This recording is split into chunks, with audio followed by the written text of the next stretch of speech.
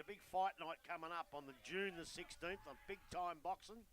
And Mason Smith, son of an ex-champion Werribee player Simon Zombo Smith. Now, Mason Smith, I think he's the Australian champion at the moment. He's only had 8 wins and 1 loss. That 1 loss was a very close first-round knockout by Nikita Zoo. And he, okay. And he said he'll catch up with him down the track. Well, I hope he can run faster. I don't think you want to catch up with him, Mace, but he's turned the corner. He's Australian champion, so good luck to Mason Smith. He's a great, great kid. I'm not sure he's going to have a close knockout, Grub. Well, I thought it was close.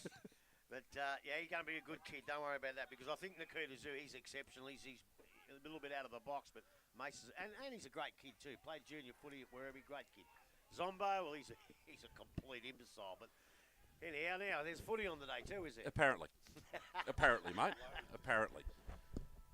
The second half of the split round, obviously 3 games last week, 3 games this week.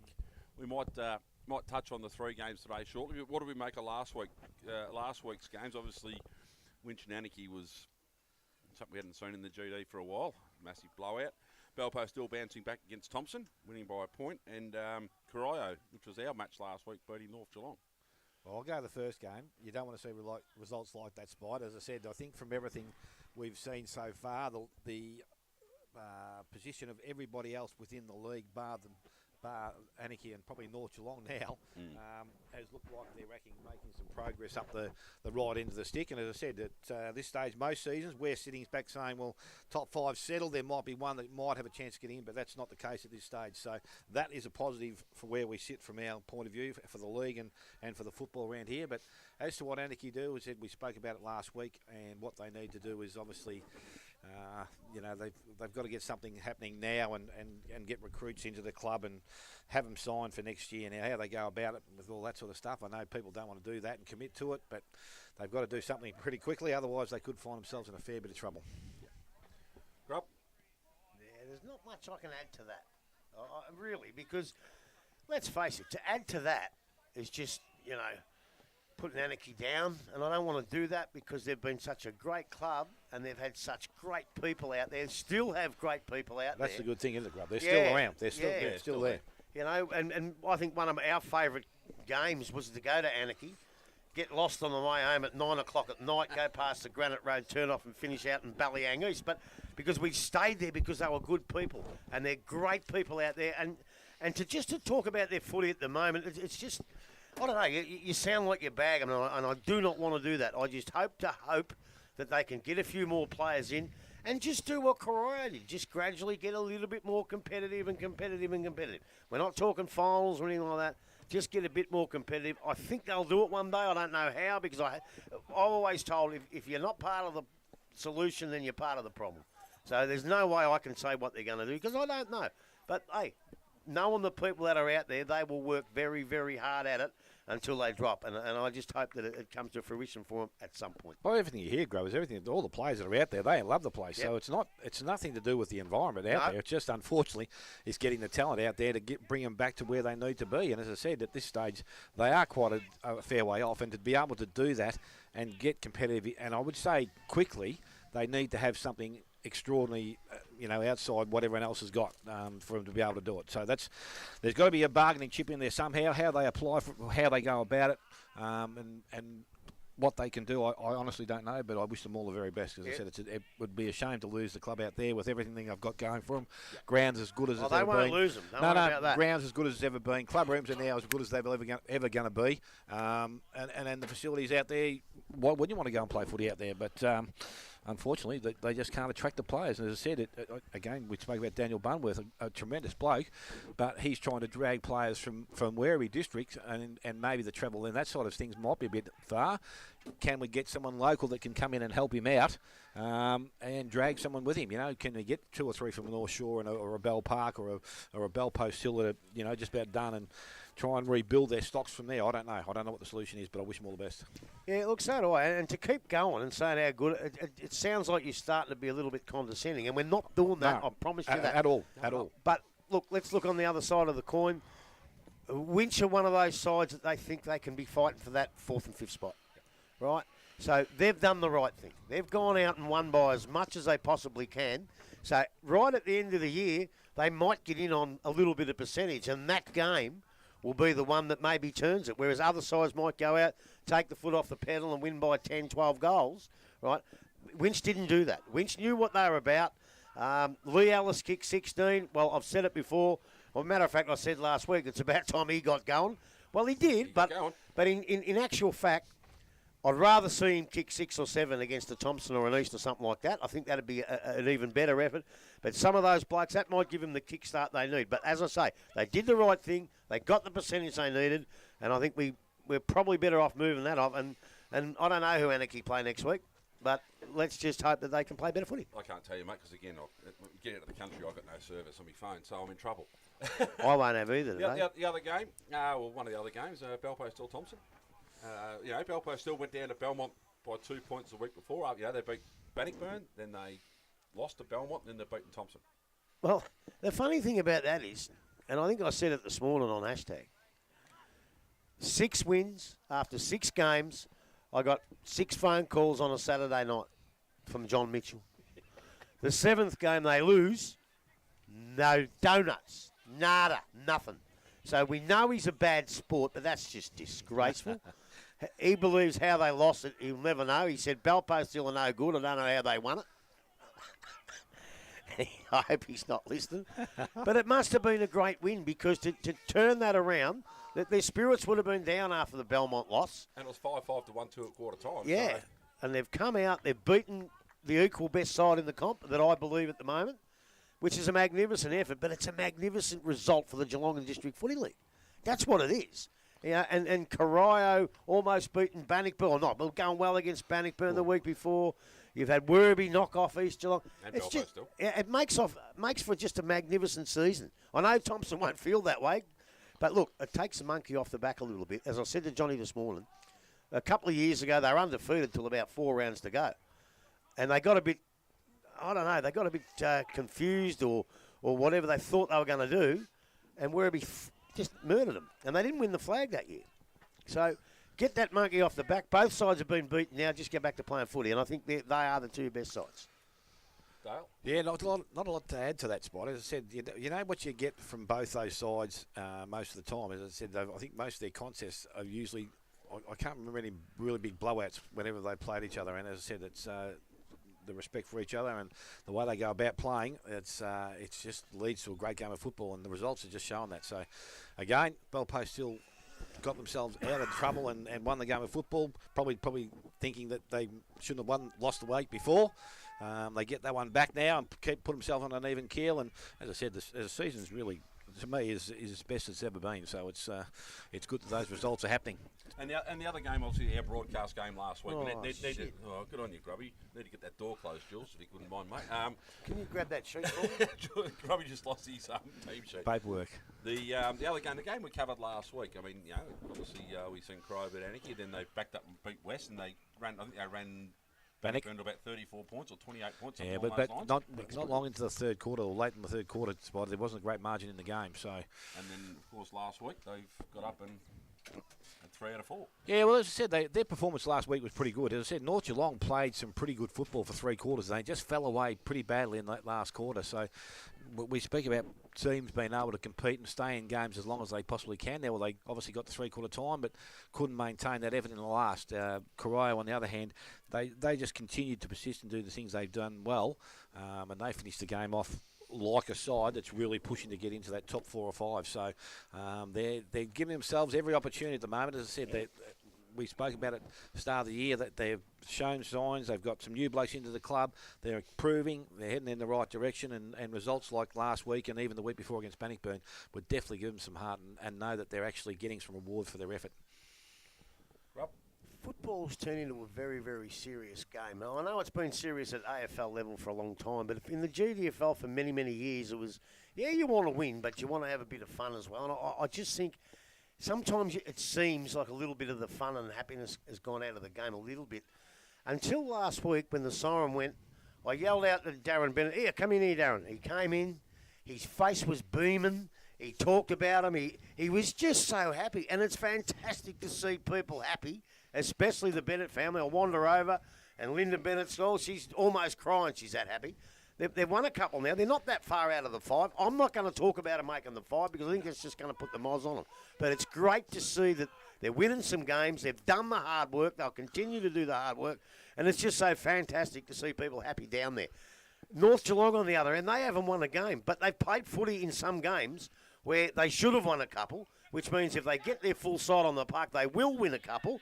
They've just got to, they've just got to keep battling and battling away until they can get a full side. That's Blake Taylor there, mate. Yes, it is. And until then, they'll probably continue to lose against the good sides. But they weren't that, as you said, they weren't bad at all for most of the game. The last quarter killed them. So, again, they're on the bottom or equal bottom, or second bottom, I think.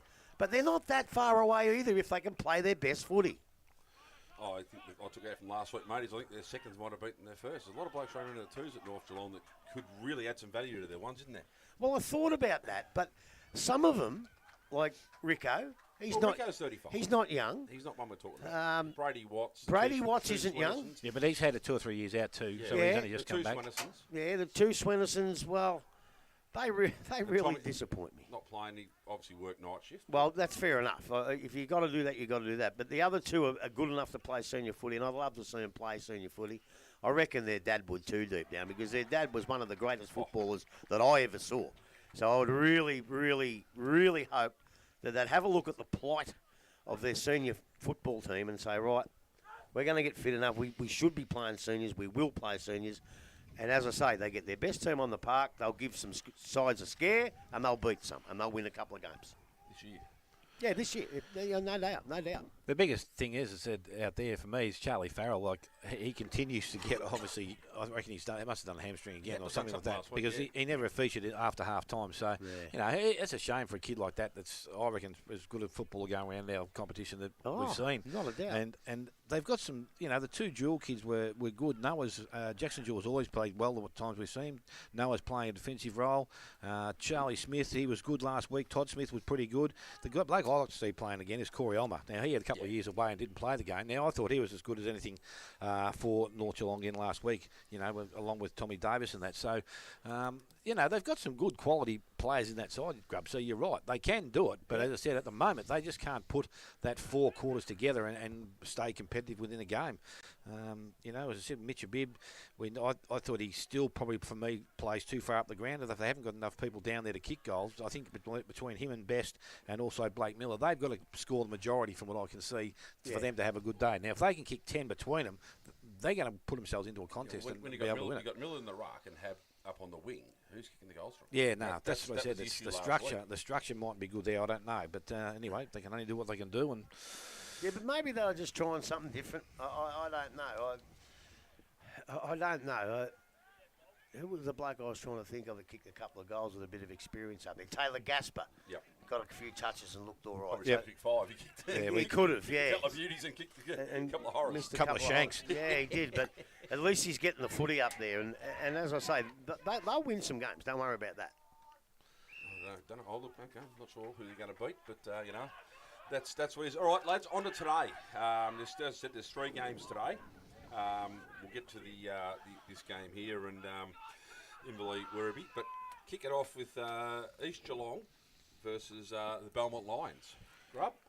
Mate, I love the Belmont Lions. They're probably a couple of years away from being a top side, but they just give you everything every single week, especially, and this is unfortunate too, especially at the Winter Resort. They don't seem to quite play as well away, which a lot of sides do, but they just give everything of what they've got. Those Evans boys, they're the heart and soul of the club, and they give you everything from the minute they run out on the ground till the final siren. They've got a couple of kids, Brock Marnie, Christian Barsick. The kid I like is Ben McPherson's not a bad player. And those blokes will develop and I think make them into a pretty good side at some point. I don't think they're quite there yet, but you know that they're going to give everything they possibly got. But I tell you, they have to give that and more today because coming off a loss, I think they'll be smarting East Geelong. They'll be really dirty that they lost that one 2 weeks ago. And I don't think McLennan's back just yet. He's a huge loss because he's the best ruckman in the comp for mine. I made mention of Zach Smith last year in the finals. I thought he might have been maybe a bit overweight, maybe not trying to tackle as hard. Well, he's obviously taken all that on board because he's dangerous. with him along with Watson Searle down there, and they both tackle hard. They're both doing all the right things. Lemper's a good player.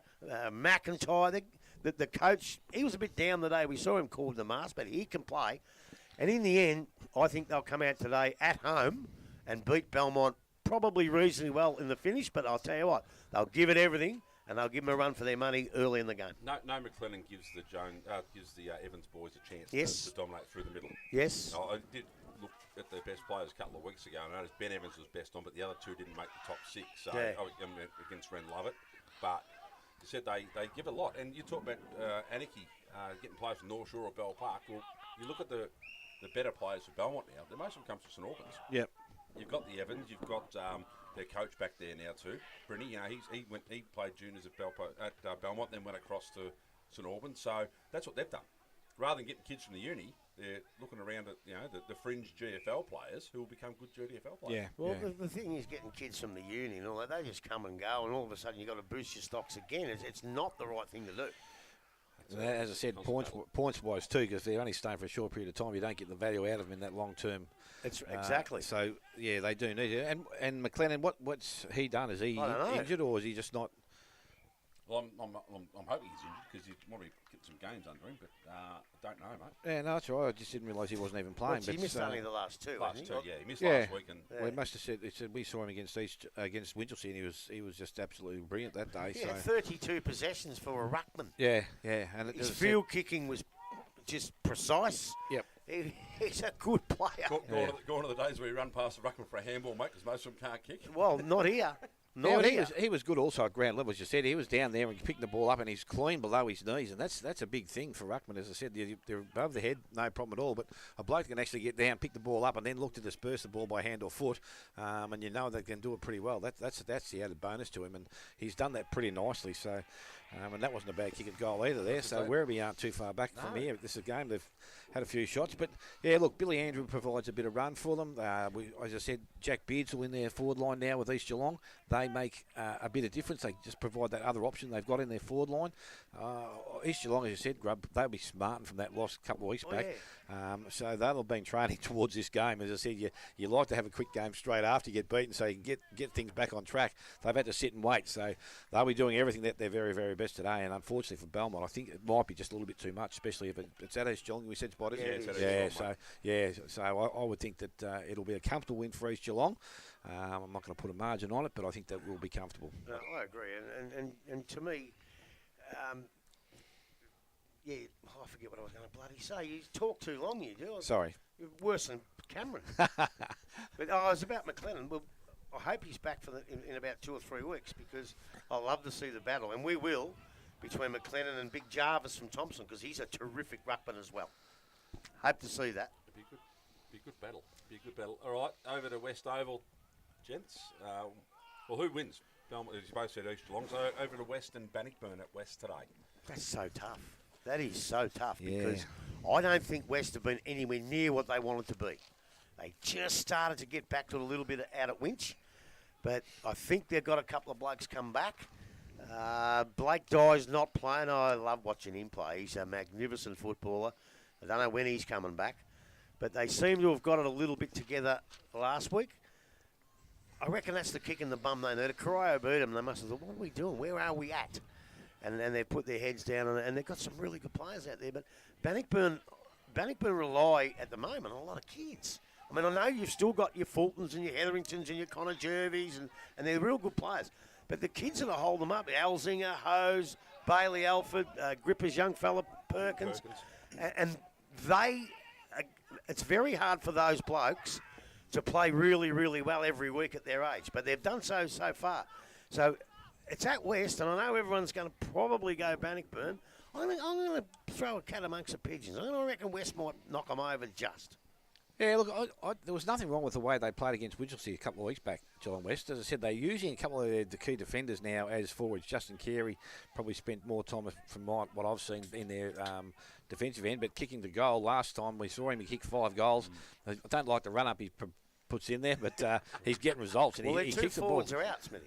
Yeah, I understand that. I know you've got to put people in there to catch them, or to put people in there to kick goals, and he did that nicely that day. He's got to Get keep off doing the ground, you idiot. So you've got him, and I've got just guys that need to get more of the thing. Reece Ginn did a great job. I thought yes, he's working the did. ruck, like a young bloke that can run and jump.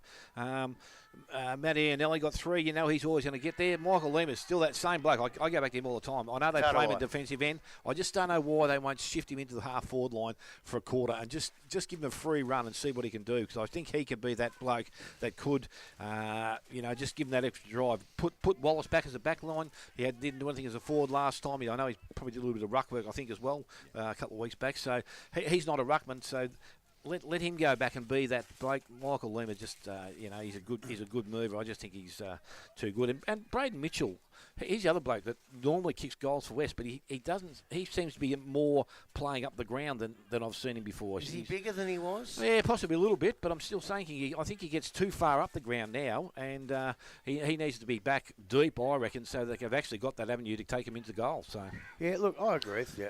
And look, Bannockburn are a good side, but then they don't play that well every single week. But getting the 2 forwards back, if they do, is going to let the big fella. What do they do with him?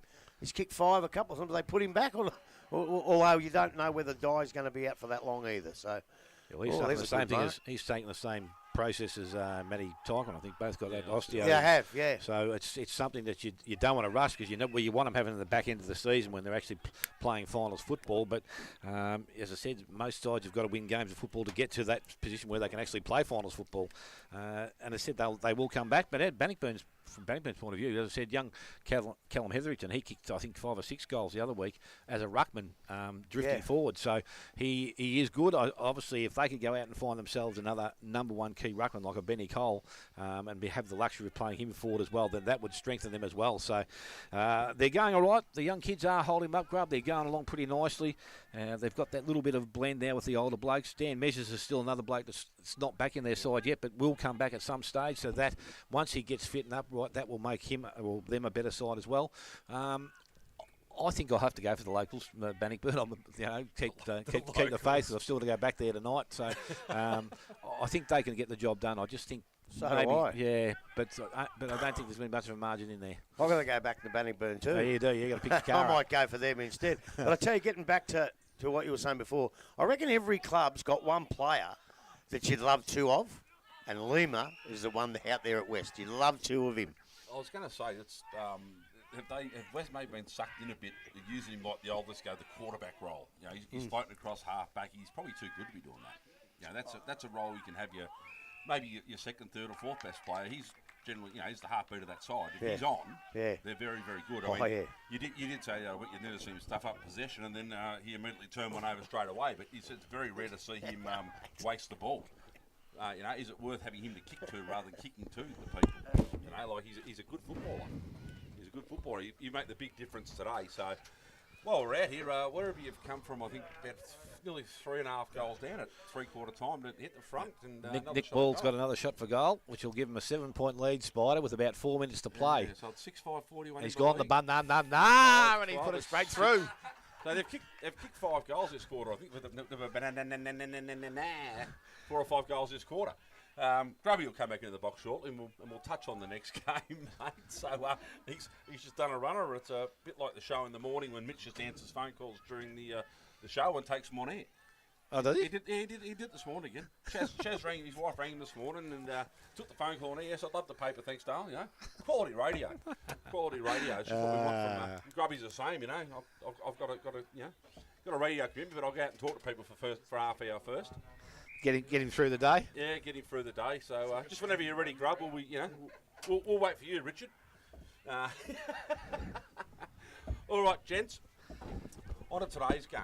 I mean, I think, Dale, you said it a bit earlier, I think Inverleigh probably got more on the line than perhaps Werribee. I know it's funny saying that, round 8, but, Inverleigh have had a very mixed start to the year, haven't they? Well, they have. They've, and again, it's probably injuries that have cost them in some of those games, and they're just starting to get a few more back, but there's still a list of about 5 players I could probably name that would come back into this side pretty quickly if they're up and about. Well, So they've got no Jared Love and no James Follett today. No James not Follett. Not James. Not James. Jack Follett. I'm getting Gilbert to Yeah, play. well, Gill'll probably be still all right in the ruck. I reckon he can still stand there and tap the ball down. Can't move though. But you got, as I said, you got Lovey and you got Matty Tyquin, you got Cad McEwen Walsh has still probably got to come back into their side. You get 4 or 5 of those blokes come back in, and all of a sudden their whole structure can change once again. I'm interested today. As I said, everyone's talking about James Hussey. Haven't seen him play as yet. Looking forward to see him go around. I reckon he moves pretty well, just through the half-forward line. So I'm interested in that. Again, where Donahue plays today, does he play himself forward, or does he play himself as a half-back midfielder or something like that? So the use of the ball coming in is a lot better for him. And as I said, the other bloke that probably had a chance to win the game over at Bannockburn was Mason Dixon, who's back on their side after an injury. Look forward to seeing him because he's obviously come back and he's in a pretty good fitness. He's a lot fitter now. He looks a lot fitter now than he has in previous seasons. So he can provide that big, tall target up forward and will be good for them. So it's going to be interesting to see how they go. They got to get through this game, and I think they got Belmont. I think talking with Shane today, they got Belmont, and then I think after that, the next 3 games will be Belpo, Still, East Geelong, and Thompson in a row.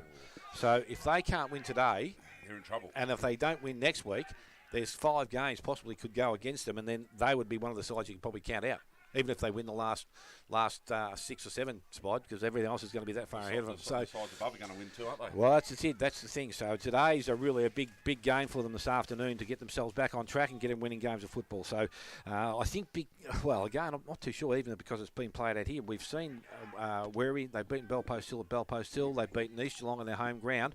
They're playing some pretty good football, and their confidence levels must be pretty high. So it's going to be a really good game of football. Chesterman's back, and I just said to Grub before, obviously he's played the last couple. He's a bonus coming back into their side. The only bloke that's probably missing from my liking would be Tyler Crennan. Every time we see him play, he's usually one of their better movers of the ball. So it's going to be interesting to see how they cover him. Michael Culler was west on ground, I think, with Belpost Hill the day we saw him up there. And again, look forward to seeing him play. So it's going to be a really good contest, and I'm going to sit in the fence for the time being until we think about where we're going to go. That's a Belpost Hill final quarter, mate. There's still 10 seconds to go on the clock, and the siren's gone. Well, unfortunately, they're 7 points down, so it didn't matter. Doesn't matter, but they've come from 5 goals down. Yeah, that's what we said. When you disappeared out of the box, just do whatever you want to do. We actually spoke about that. Well, that was the kid, one of the young kids playing today. Oh, he's not that young. He'll be 28, I suppose. But young Stoyce coming to the side for Werribee. That was his dad. Okay. And he was the toughest bloke that ever lived in Werribee. You said that this morning. Is that why he took his knock? Yeah, Big George. I tell you, I wish Eric Nichols was here. The great Eric Nichols. We've got his clock. Well, yeah, we got his clock. We haven't got it out yet. Haven't got it out yet. But back in '85, Eric coached the amateurs. Yep. And we were going to beat him in that grand final. And Jamo dropped George from the side. And he wasn't good enough either. But they were frightened of him. They were terrified of him when they ran out in the ground and saw no Stoyce. They beat us. And I can't believe Jamo did that. But that was George. He's a great man. Werribee Dale, the great unknown, as it always is. But we might get some insight from this bloke sitting next to the clan, if he can stay in the box long enough. Well, I don't give too much away, but you don't know anything. Well, no, I don't. I've been sucking people in for 11 years, so I'm probably pretty good at that. The bloke you did forget that it's out today is one of their new kids that have been really good is Josh McDonald, Smithy. Yes, well, actually, I didn't. Again, I just can't picture him from the last time he played. So he's the bloke that got head-butted and the bloke that got the second kick for goal. Okay. So he's a cheeky little bugger from Glen Orden. Hayden Bellaton.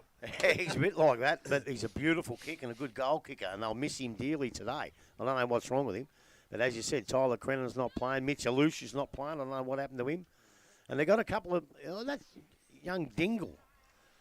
That might be his debut game. He might be the first game in. I haven't seen him before. Is it Chase Dingle? Chase Dingle. Matter of fact, I've never ever heard of him. I thought you'd got it wrong, but well, I've never heard of him. I honestly never heard of him. Well, it helps you go over there once in a while, Grub, and I can't. I used to go over there every Thursday night, but I go home and spend a couple of hours with the old man these days. He hadn't been too well, so and and plus, it's too bloody cold over there. I'm getting old, mate. I'm nearly 61, Yeah, a couple of days. We know you're 61 in a couple of days, mate. Yeah, Paddy Daly's back in. It was funny, He missed the Thompson game against a really good ruckman like Jarvis, and they got beaten the ruck. And then he came back the day McLennan went out, and he played very well in the ruck. So, you know, as I've said a million times, he hasn't quite learned how to play footy yet, but he knows how to ruck. And hopefully, and he's improving, he'll get better and better and better. As I say, Stoyas in the back line's okay. Their back line's short. So this bloke from the Inverleigh, Huzzy, is he a tall bloke? Or? He's only a half forward, Grub, I think, from all reports. Well, Casey Meehan's a bit tall. Yep. Casey will play in the middle today. He's been spending more time on the ball. I think he's enjoying his footy league in there. So if they've got a short back line, they've got Mason Dixon will definitely obviously be their key. Yeah. The other bloke, Warren, he's not playing today. So then if you've got Dalton and Mason Dixon, the forward line, you're saying they're a short back line. They could, you know.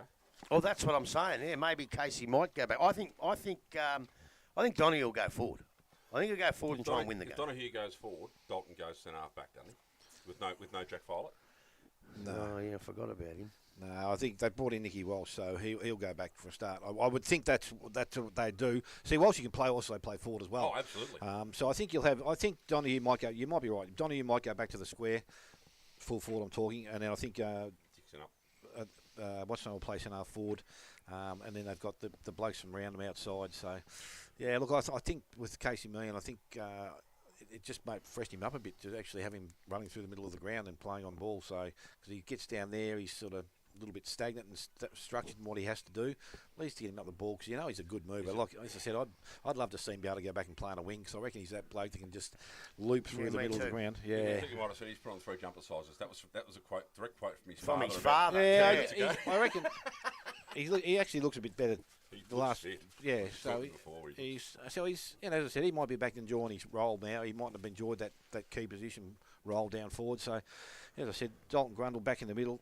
He just provides you strength. Like as I said, spite of me, I've said it before, and I'll tell his old man all the time. For me, he's probably make the best centre half back in the league, because he's quick, he's strong, he can run.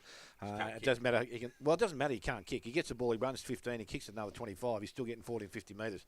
Yeah, but why would you tell Shane Grundle that? Like, he wouldn't know football from a bull's foot, Grundle. Yeah, probably not. But still, he's over there. He's got no idea what he's doing. Sorry, Shane. Good on you, mate. Well, I'll tell you another bloke. A little bit of tallness in Werribee backline. Remember the kid that kicked the goal, a forward that kicked the goal after the siren to put him in a grand final a couple of years ago? Josh Sutton. Oh, yes. Well, he's playing at centre half back this year and been doing a pretty good job about it too. So that's a little bit of height that they've got in their backline. Yep. Gives them something back there. As I said, it's Harley Kilby. Is he a tall bloke or not? No, little bloke. Little bloke, yeah. I'm just trying to think from when we first saw him. I reckon he played that game, so... Mate, there's so many blokes. Bryce Linehan Cunningham. No, we're going to call him BLC today. Yeah. We're going to call him BLC. BLC. Oh, we're looking forward to you saying Belmacheski, that it's going to be a good one we're looking for. Nah, Belmacheski's all right. All right. That rolls off the tongue, that one. Yeah, so does Bryce Cunningham when you think about it, but when you're commentating, you don't have time to think about it, and that's when you stuff it up. Yeah, pretty much. I tell you what, just... As a sidelight, his brother's doing very, very well at Lara. He won Rookie of the Year last year and playing pretty well at Lara. And maybe this kid might follow him. I don't know. I hope he stays. But the whole idea of this footy is to get kids to play better footy. And all right, lads, we've got 10 minutes. We might throw back to the station for a quick right, break. We'll come good, because I've got to go to the toilet. Yeah, we'll come back and do a quick summary after it. But you're listening to 94.7 on The Pulse, your home of local football.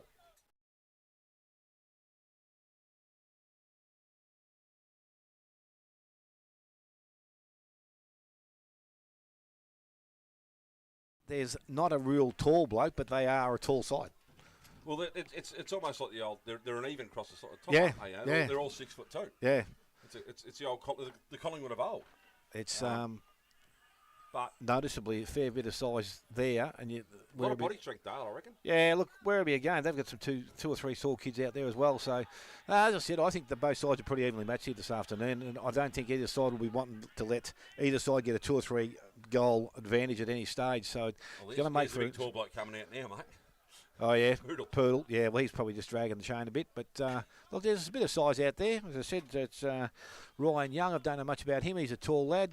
he's got a bit of size about him. We know Josh Sutton's got some size about him. Pat Daly's a big unit, isn't he? Yeah, there is. There's some big boys out there as well, mate, as I said. What he's talking about. And Bryce Linehan-Cunningham's got some good size as well. And again, he's the type of bloke, he can be a bit of a swingman too. He can play backwards or forwards. So it'll be interesting to see where he goes today. Well, as I said, it's when we said last week when I came out and see this game, because I haven't seen either side play this year, so it's going to be interesting again calling some of these players. But I don't agree with that. They look reasonably tall, but he said maybe it's their ruckman and their centre forward and full forward that have got the height about them and not the back line.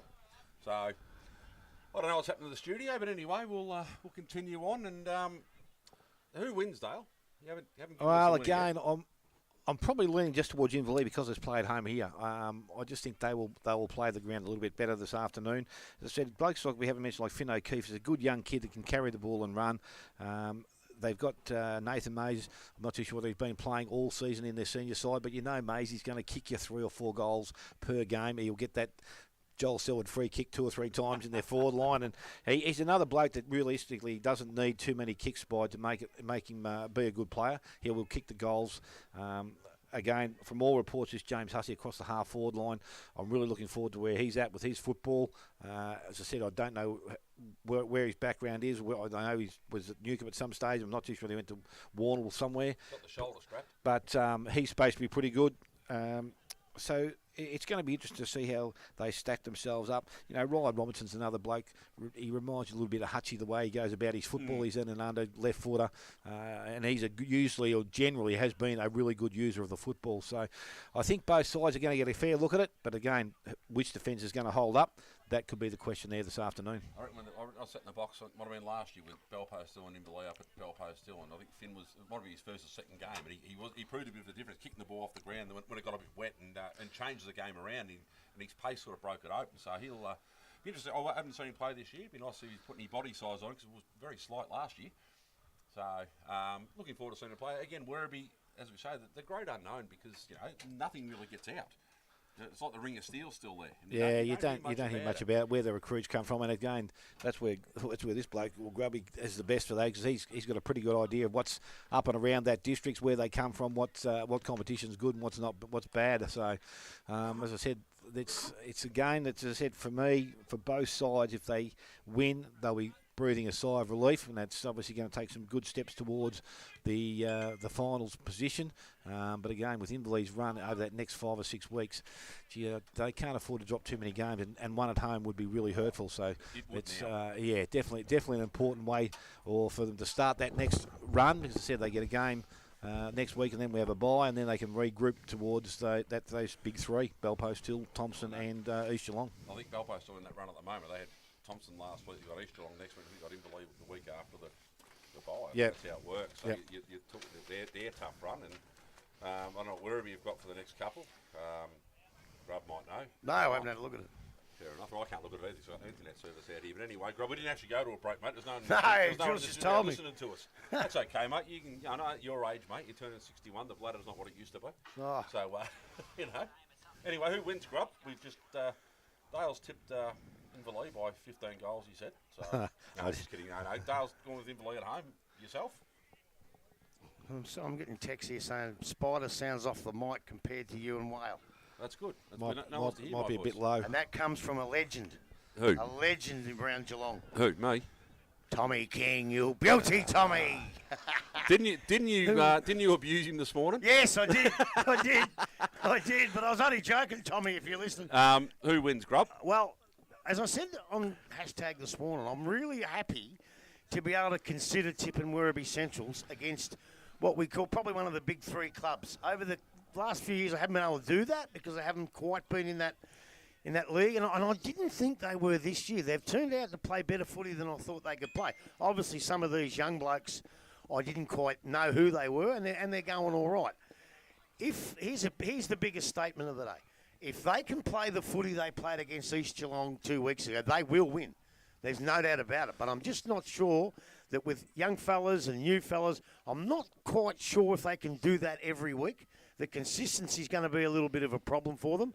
Hopefully they can play well enough today to have a great game. And as soon and for the simple fact that I can tip them, then I'm going to. Haven't tipped them against the top side for a long time. I'm going to today. Just. All right, the coin toss is happening at the moment.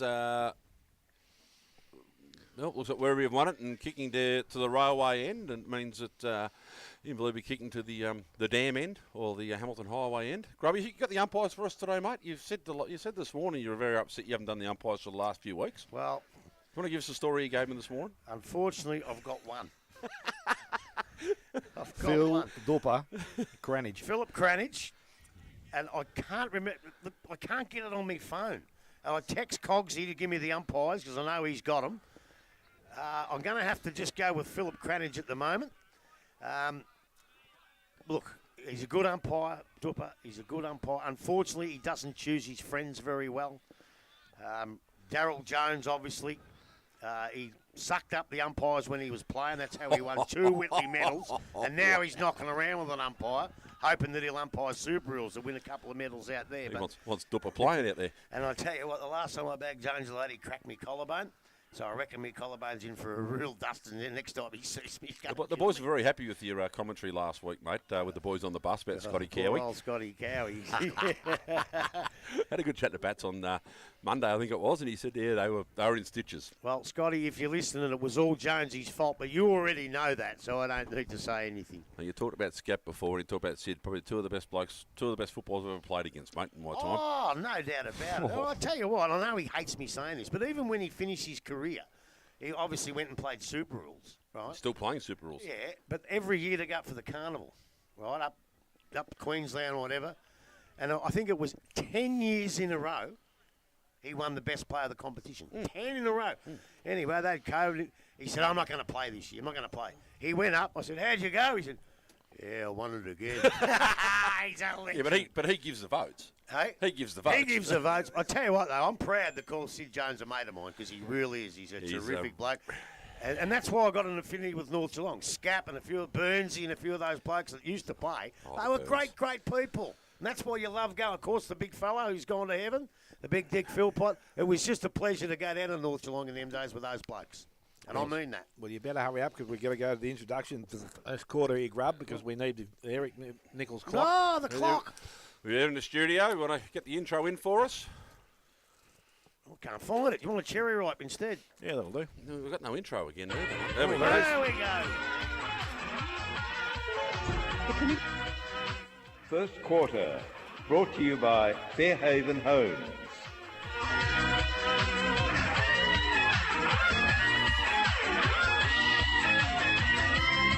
Is that loud enough, you reckon? Crikeys. That was loud. It was very loud. All right, Dale, looks like we're about to kick off, mate. No, you're right. I'm only joking, no mate. stress at all, mate. Don't worry. All good. So Come on. We are with the umpire now, mate, as we said. About to start it. It's like the IPL, mate, waiting for the countdown clock. Dupper's just waiting for the carrot to get on him. Pies to settle in the stomach. Here we Siren go. has sounded. We're about to start the first quarter here out there this afternoon at Inverleigh. Ball thrown in the air by the umpire. Wilson doing the ruck work. Daly gets it down, goes to Carlton. Ball comes back to Wilson. There's a free kick being given. It's going to go to Werribee. And it will go to Brad Carlton right in the middle of the ground. Again, he's just got ball back now, goes out wide. Kick goes towards Chesterman. It was. The handball goes up into the hands of Miller. Yes, you're right. Ball quickly kicked forward. Goes to the half-forward line. Linehan Cunningham gets the ball. Hamburg goes back outside. Chesterman on the run. Delivers the ball back towards the goal square. Mark's taken. Plays on quickly. First goal of the game is to Ryan Young. And Werribee brought that up in 30 seconds. Werribee are one straight goal. They lead Inverleigh, who are yet to score. That was absolutely brilliant football. Started off with a free kick, which was there in the centre at the centre bounce. You know, pretty good disposal. That's what counts in GDFL footy today. Good disposal. And I'd love to tell you a little story about Ryan Young, but I can't because I've never heard of him. Where did he come from? I don't know him. He's got a bit of size. He's off the train going past, Yeah, mate. he must have just jumped off. Yeah, carriage 13 because I don't know him. I didn't even see his name in there. But tell you what, he's off to a bloody good start anyhow. Go again, Dale. 30 seconds, mate. So the ball back, as I said, with the umpire in the middle, Daly and Wilson. Ball thrown back in the air. This time Wilson gets hand on ball, goes to Grundle. That's a free kick the other way now. It comes to Miller once again. Handball goes back outside, and they run the ball going long into their forward end. Underneath the ball, Mark's not taking. Snow's trying to win possession of it. He can't hang on to it. Picked up by Templeton. Ball goes back, toing and froing. Tap further afield. Outside, ball goes to Carlton. Banana, and there is another goal on the board. We have gone 1 minute 30 and Werribee have 2. They are 2 straight goals. They lead Inverleigh, who are yet to score. Fairhaven Homes, first quarter scoreboard. Well, a little bit stiff that time. In the first passage of play, there was a holding the man free kick and it went to Werribee, which was there. That time there was a free kick to Inverleigh, which was there, and it wasn't paid. The umpire just missed that. But the other good piece of play in there, I think you might have missed him as he got it, but the handball out from the coach, Prismal. He didn't panic. He had blokes coming towards him, and he gave it to a bloke in a better position who kicked a beautiful, what do you call him? You can't call him banana. You're just making an absolute fool of us. Banana boat. Absolute fool of us. Wow. We called it in the reserve game He's as well. going to pay a free kick here. Yeah, there was something happening coming I back saw to him the have a centre. go at the Inverleigh plate coming down the middle, so must have been dissent. Oh, no, it's for the ruckman handball. Daly kicks it told you, forward didn't and not great. Falls into the arms of Condi. Condi now for Inverleigh at centre half back. Goes wide as far as he can. That's a great little kick there. That's Dalton. No, it's not Dalton. That was thought it was for a second. No, but the ball's come back in now. Chest mark's been taken by Robertson. Need a bit out of him today, Dale, I think. Yes. Robinson for Inverleigh plays on, looks forward, looks long towards Casey Mean, comes out, cut off, ball hits the deck, quick handball up there to Byell. Byell goes forward for Inverleigh, picked up now by Young, snaps around the corner and trickles across the face of goal. We'll have a boundary line throw in right next to the behind post. Inverleigh finally into attack after about 3.5 minutes. Good dominance by Werribee so far. Boundary up by about, throw the ball in.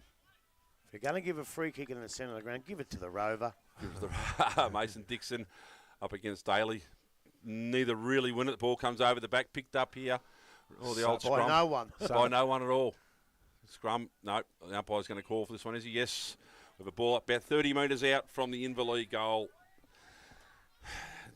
You never say they need one, but they will now. It might steady the flow a bit. The ruckmen go at it. Dixon versus Daly. Dixon jumps high, wins the tap. Knocked down, picked up by Werribee. Nope, spins free. Dalton Grundle has a quick snap at goal and through for a point. So Fairhaven Homes, first quarter scoreboard, sees Inverleigh 1 point. Werribee Centrals, 2 goals straight. And they have the use of the breeze, obviously, Werribee. Yep, and we've got to use it well. Culliver did the kicking in, which he did for most of the day against Bellpost Hill. Drifts down there, ball out wide. They go now back towards centre wing. Out towards Haste. He can't take the mark. Ball goes over the boundary line. It's touched, says the umpire. So we'll have a throw in. True centre wing, far side of the ground.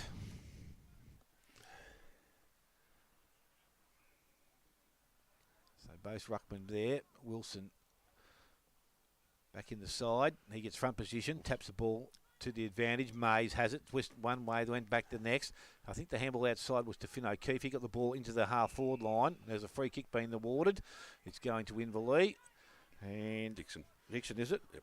So he gets the ball. Shocker. His kick was pretty ordinary. Gets into the hands of Matty Miller there. Goes round the boundary, back towards centre wing, and take the mark. Smith Groz. So Groz there strong that. with the ball. Looks back inside. Good kick inside, but on the chesky.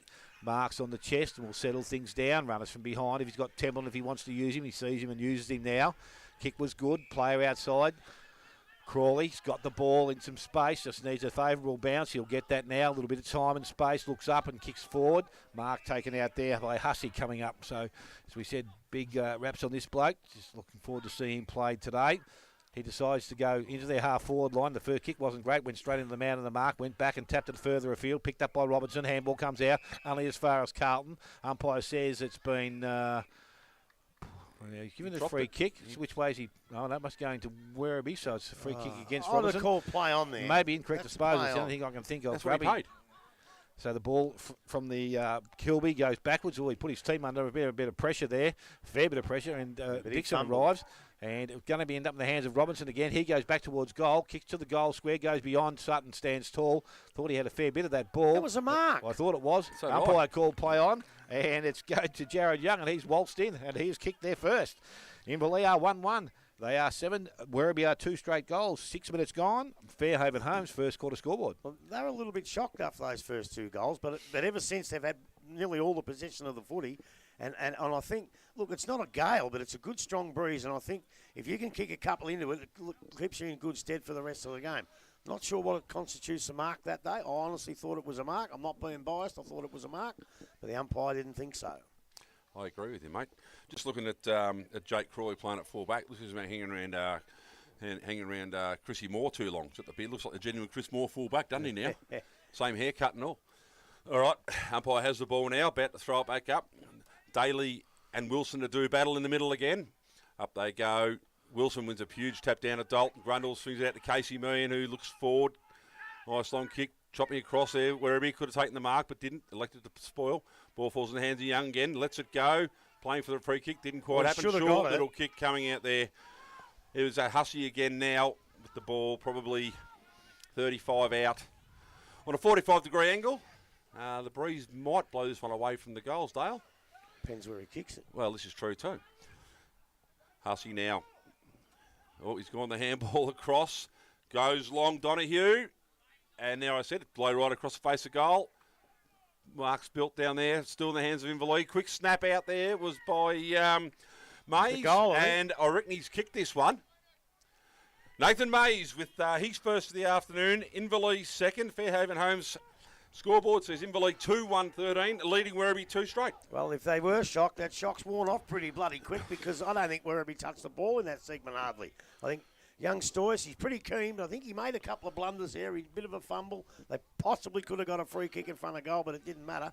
And you can see the wind did take that away from Donahue. That looked like it was going to go through the middle. It did. And went right across. Almost to mark to win, really, but good football. And we've got a game on our hands. I think Werribee need to get a couple with the win. Donahue playing loose in defence. Daly this time knocks the ball down only as far as me. And again, Inverleigh, they go back into attack. Goes to the half-forward line. Hussey in front. Mark not taken. Goes to Walsh. Tried to get the handball out. Couldn't get a clear one through. And Kilby comes in. He takes possession and is tackled. Held up. Umpire says, give it to me. And we'll have a ball up which will take place pretty much on the forward 50 arc there. Wilson taps the ball down, gets through the contest, picked up Grundle, got the handball out the back, went back to Meehan. A number of touches already in this first quarter, goes forward, gets through the contest, picked up by Young, got the handball away, back towards Mays, went one way, got out of trouble. Banana, no, just around the body, this one. Straight through the goals, and Nathan Mays has got his second, and Inverleigh have got their third. There's a punch on. Quick response there. So it is 3-1, Inverleigh, 2 straight to Werribee. 9 minutes gone, but Fairhaven Homes first quarter scoreboard. I reckon that's going to be the story of the game. Werribee Centrals have to get the ball out of the centre and get into their forward line because I just think their back line isn't quite good enough at the moment. They've got Mays running right, they've got Hussey getting kicks, they've got Donahue running in, and their back line's really under siege at the moment. So they won the tap out that stage. They have to get the ball out of the centre because you saw how good they were when they did that. Interesting, Dale. Donahue's gone back and Welsh has gone forward. Thought it might have been the other way around. Yeah, well, he's playing loose. So Yep. I don't know.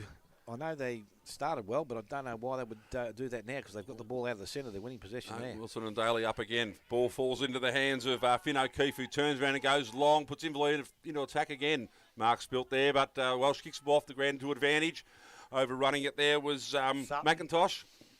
Ball umpires picked something out. He's picked out a free kick to Inverleigh, I think, hasn't he? Going to Young. Going to Young. I didn't see what that was for, mate. No. A little bit too far away from me, Grub. Well, it's too far away from you. I've got no hope, mate. I've got to see through these glasses first. So, Young. Jared Young, he's been a handy pickup in the last year and a bit, hasn't he? Yeah, he gives them a bit of grunt, a bit of toughness. Yeah, well, they tried to attack him a minute ago. That didn't work too well, did it? So, Young, 30 out, directly in front. The breeze, as you said, Grubby, kicking into it. So, left-hand goalpost from where we sit. Young coming in, looking for his second, Inverleigh's fourth. Big kick, beautiful kick. Is it pushed across? No, it hasn't. So Young has his second for the afternoon. Inverleigh's fourth. Inverleigh 4-1-25, leading Werribee 2 straight on the Fairhaven Homes first quarter scoreboard. I reckon they've gone from not even knowing what was going on, not even getting a touch on the footy, to not having it out of their hands in the space of about 6 minutes, Inverleigh. They started off and they didn't know what was going on. Then all of a sudden they look like a premiership side. They're getting it out of the centre and going bang, bang, bang. And as I said before, they've really got the Central's defence and big pressure. Paddy Burke's another bloke's not playing this side. I just saw him running water, so there's another bloke that can come back into that side. Yeah. So they have got some numbers to come back when they're all up and about. So ball thrown up in the middle of the ground. It's going to be one through Circuit. Got the handball out the back and through Conti. Gives the handball back to Meehan. And again, from the centre of the ground, he's going to deliver the ball towards centre half forward. In the front, back. Walsh, Mark not taken. Picked up there. Sutton got boot the ball. Only as far as Mays, though, so it's going to come back. That kick's not much good from Mays. It's going to get towards Dixon. Lloyd couldn't get a clean pick up at the ball. They work the ball back and he picks up by Finn O'Keefe. He goes long into their forward line. Hussey leads in the race for the ball. Ball will beat him over the boundary line. We're going to have a throw in the forward pocket. About 15 around from the Inverleigh behind post. That's my big bugbear. Using the hands to push a bloke in the back, that's got to be a free kick. I just reckon it's got to be a free kick to Inverleigh. Maybe I'm wrong in today's times, but crikey. So ball from the throw-in comes out the back. It's picked up out there, and it was by Kilby. He was tackled. Umpire says it's been held on too long. Incorrect disposal, I think. And he's going to give a free kick again to Inverleigh in range. Mason Dixon will be the recipient. And he can go back and kick his first goal. Well, the first minute and a half was all Werribee. The next 9 or 10 has been pretty much all Inverleigh. So Mason Dixon to kick the 5th goal for Inverleigh. As I said, no problem here with the distance accuracy from about, I reckon, 20 maybe. Kicks a goal. Umpire doesn't have to move too far there. That is another goal on the board. So they move to 5-1. A really positive start now. 5-1 Inverleigh. 2 straight goals. Werribee, we have ticked over 12 and a half minutes. Fairhaven Homes, first quarter scoreboard. Well, this is the best Inverleigh have played for the year. They've really put their necks on the line. I reckon they've said, we have to win this, otherwise our season's struggling. And I don't want to sound biased, but where are they picking these free kicks from in front of goal? Oh, I didn't see that one either, mate. I really didn't. I have to watch the video because I can't understand what it was for. And I know I'm sounding like I'm whinging, but I tell you, if it happens the other way, I'll call it the other way, which I've already done a couple of times. But that was, I don't know. I don't know. Well, I don't know. Dixon's gone in the ruck. Obviously, Wilson's having a bit of a spell, so it's going to be Dixon versus Daly. The trouble's starting here. They can't get the ball out of the centre. Right, rucks go at it. Dixon, Daly up. Daly wins the tap out down in front of his teammate, picked up by, or dove on there by Chesterman. Is he going to get a free? Yes, want a free kick out of it? Yes. No, I agree. Quick handball out by Chesterman. Onto the boot, long forward. Donahue leads in the race, picks up the ball. Great mark there. Plays on quickly. Looking out towards Dalton Grundle. It's a beautifully weighted kick. Dalton does well to recover. Turns onto the right foot, centres the ball beautifully. Quick handball out. Mays with the ball now. Goes one way then the other onto the left foot. Shanks it a little bit. Just outside Inverleigh's forward 50. Players diving over the ball. Ball spills free again. Umpire's picked out a free kick here. And advantage being paid to Werribee. Werribee go long. Donahue reads the ball well and takes the mark on the half-back line. Chips the ball into the middle of Mays. Mays had a lot of the footy. He's got blokes out in front of the commentary box. Umpire didn't want to call play on there. I thought he might take a step, but he goes the other way now to the far side. Ball doesn't get to the teammate. Spoiled. Dixon was leading out. Quick handball back. Another through handball in the middle. Mays again onto the right foot. Kicks Inverleigh into attack. Not a bad kick there. What a great lead and a fantastic mark there taken by Hussey.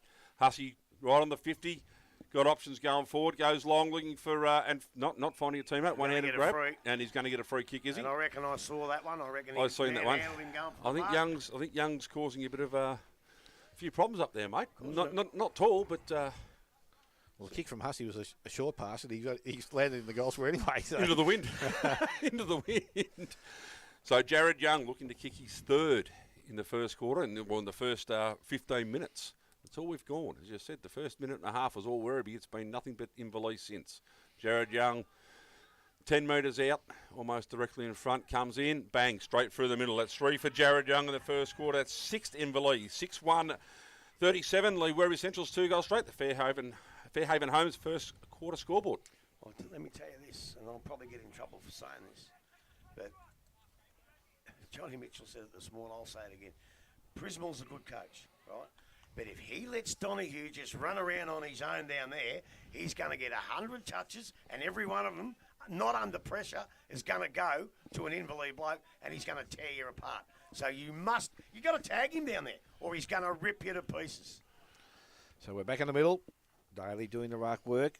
See, there's two of them on the bloke now, and he'll just move off. So he's on his own. So the ball now in the hands of Finn O'Keefe goes outside into the hands of Haste, gets a handball over the top, and again, Inverleigh try to win possession, but the ball has been turned over. They win the ball back and goes back to De Leon. De Leon from the centre wing looks up, goes into their forward line. Donahue filling the space. What am I telling you? There it is, Grub. You're right. So he's going round to the Werribee coaching box, I think. He's going to lay some news round there. Short kick goes short. Oh, that's 50. Yeah, I think it might be. Was a little bit out of... wasn't required, but I don't think it was a deliberate act. And now... Condi now getting the ball back towards centre wing. He's going to go quickly. Called a play on by the umpire. Goes out wide. Hussey in some space by himself. Haven't mind his game so far, Spide. Been good. Back towards the goal square. Walsh up over the top. Can't take the mark. Ground level picked up. Oh, Young had a fresh area at it. Couldn't pick it up and finish the job. There's another free kick. Werribee. And it's going to go Werribee's way. And it was probably, thank goodness for that, they were saying, because I think it's Gibson down there with Robbie is storming across to the Werribee bench. He's headed over there. He's going to lay down some laws. He's going to pass on his knowledge, and he's going to let him know about it. But anyway, Porter's got the ball now. Porter on the half-back line will settle things down, and he's continued with that movement, Grub. He's going to make sure he gets the message across there. Kicks the ball, goes down. I don't know how Bucky had taken that from him. No, I don't know he's going to take it either.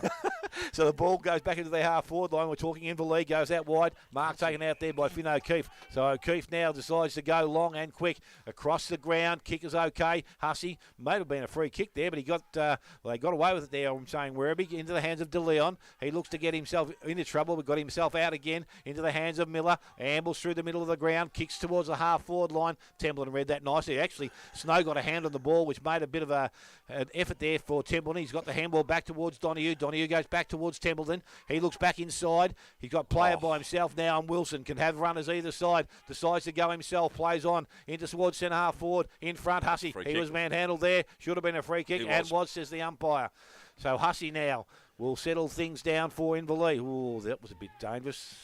It went in the general direction, though, Dale. That was that might have been the saving grace, bud. That's about the only thing that did, I think. So Hussey now from right inside the centre square goes short. Leading player was Grundle. Had the first go at it. Maybe got a chop on top of the scone. Ball comes out. Went back towards his teammate there in O'Keefe. He's tackled. Held up. Umpire comes in and says it's mine.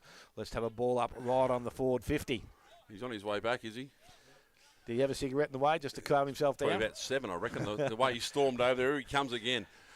All right, ball up in the air. Wilson against Daly. Wilson wins that one, knocks it forward for Inverleigh. Wrapped up again here, Werribee. So we're just inside the forward 50 for Inverleigh. We've gone 19 minutes in this Fairhaven Homes first quarter scoreboard. Rucks to go at it again. Wilson and Daly. Wilson over top. Think Daly might have won that one down. Picked up by Dalton, who busts through the pack, throws on the right boot, hits the umpire in the head with nothing like good falcon. Diving on the ball again. Welsh handballed it out beautifully, didn't he? To Wilson. Wilson goes forward. Quick handball over the top, finds Matty Haste, swings around right foot. Not a great kick, scrubbed the ball along, but still deep in Inverleigh's attack. Handball comes over the top now. Werribee relieving the ball through Chesterman, who's got the ball in the halfback. Or it might be Stevens, mate. That's Stevens, is it? Yeah, Sorry, mate. That's Stevens. Tyson Stevens now goes short again. Just building it out now, Werribee. No real movement up forward again with Donahue, I suppose, lurking around there. So that's an up and under. Good mark required. Donahue with a fist at the back. Umpire get out of him way, I can't see. Werribee now running out with the ball. Who's this going, Grubby? Was that Gorman? Can't see. Handball the ball across. It was Gorman, got through the pack. Beautiful. Handball that. Inverleigh coming through the ball again through Belmachevsky. Dale's name. Still 70 out from the Inverleigh goal. Wrapped up. Umpire might have no option now but to... he'd let the play go for a while, but now has decided it's his ball. So we'll have a ball up between centre wing and half forward for Werribee. Haven't been inside their forward 50 for the better part of 20 minutes. Umpire throws the ball in the air. Wilson... Daly wins a tap down, hits the ground, picked up there by Grundle. Handball knocked out by Wilson again. Well done to him. Ball lands in the hands of Casey Means, swings onto the left, takes on his opponent, wrapped up as he gets the kick, but did well enough to get it away. Overrun the ball. Where are we now? In the middle. That's got to be close to a throw, I would have thought. It's just a little bit of a high tackle there. Maybe turn things a bit nasty, Dale. I think it might be a send-off. Well, I think Which it way? might be a send-off. Which Gibson. way? Gibson You reckon threw it. Gibson? Ethan He Gibson threw the threw punch. a couple. Well, he's paid 50 and nothing else has happened out of it so far. The umpire needs to just get himself out of the pack. Anyway, back to the play. Robertson He's now. got himself out of it. That's the best thing he could have done. Robertson had the ball, so he was going to give it up. So Ryan Robertson, Did we get a 50 out of that? yeah, it is. It's right up there now. We've got about 70 actually looking at it. So, Well, I thought it was a send-off, but I saw through the binoculars. That was a punch. yeah, well, Robertson has his shot for goal and has put it straight through the middle and has the 7th now for Inverleigh. They go to 7-1-43, leading Werribee 2 goals straight. We've gone nearly 22 minutes on the Fairhaven Homes first quarter scoreboard, and welcome back, Grubby. Wow, yeah, I went for a bit of a walk. Had to go to the toilet and said a few words while I was over there, but You didn't go near the toilet. no, I went straight to the coach's box. How was Bucky? How did Buck take that? He said, yeah, I know. I said, well, do something about it.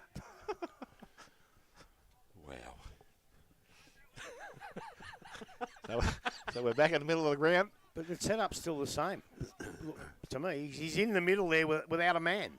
There's a free kick being given, and it's going to go To looks like Werribee by Werribee's the way looks to of it. Leon. Holding No. the man off the Oh. ball. Oh, I hate them ones. He's a long way away.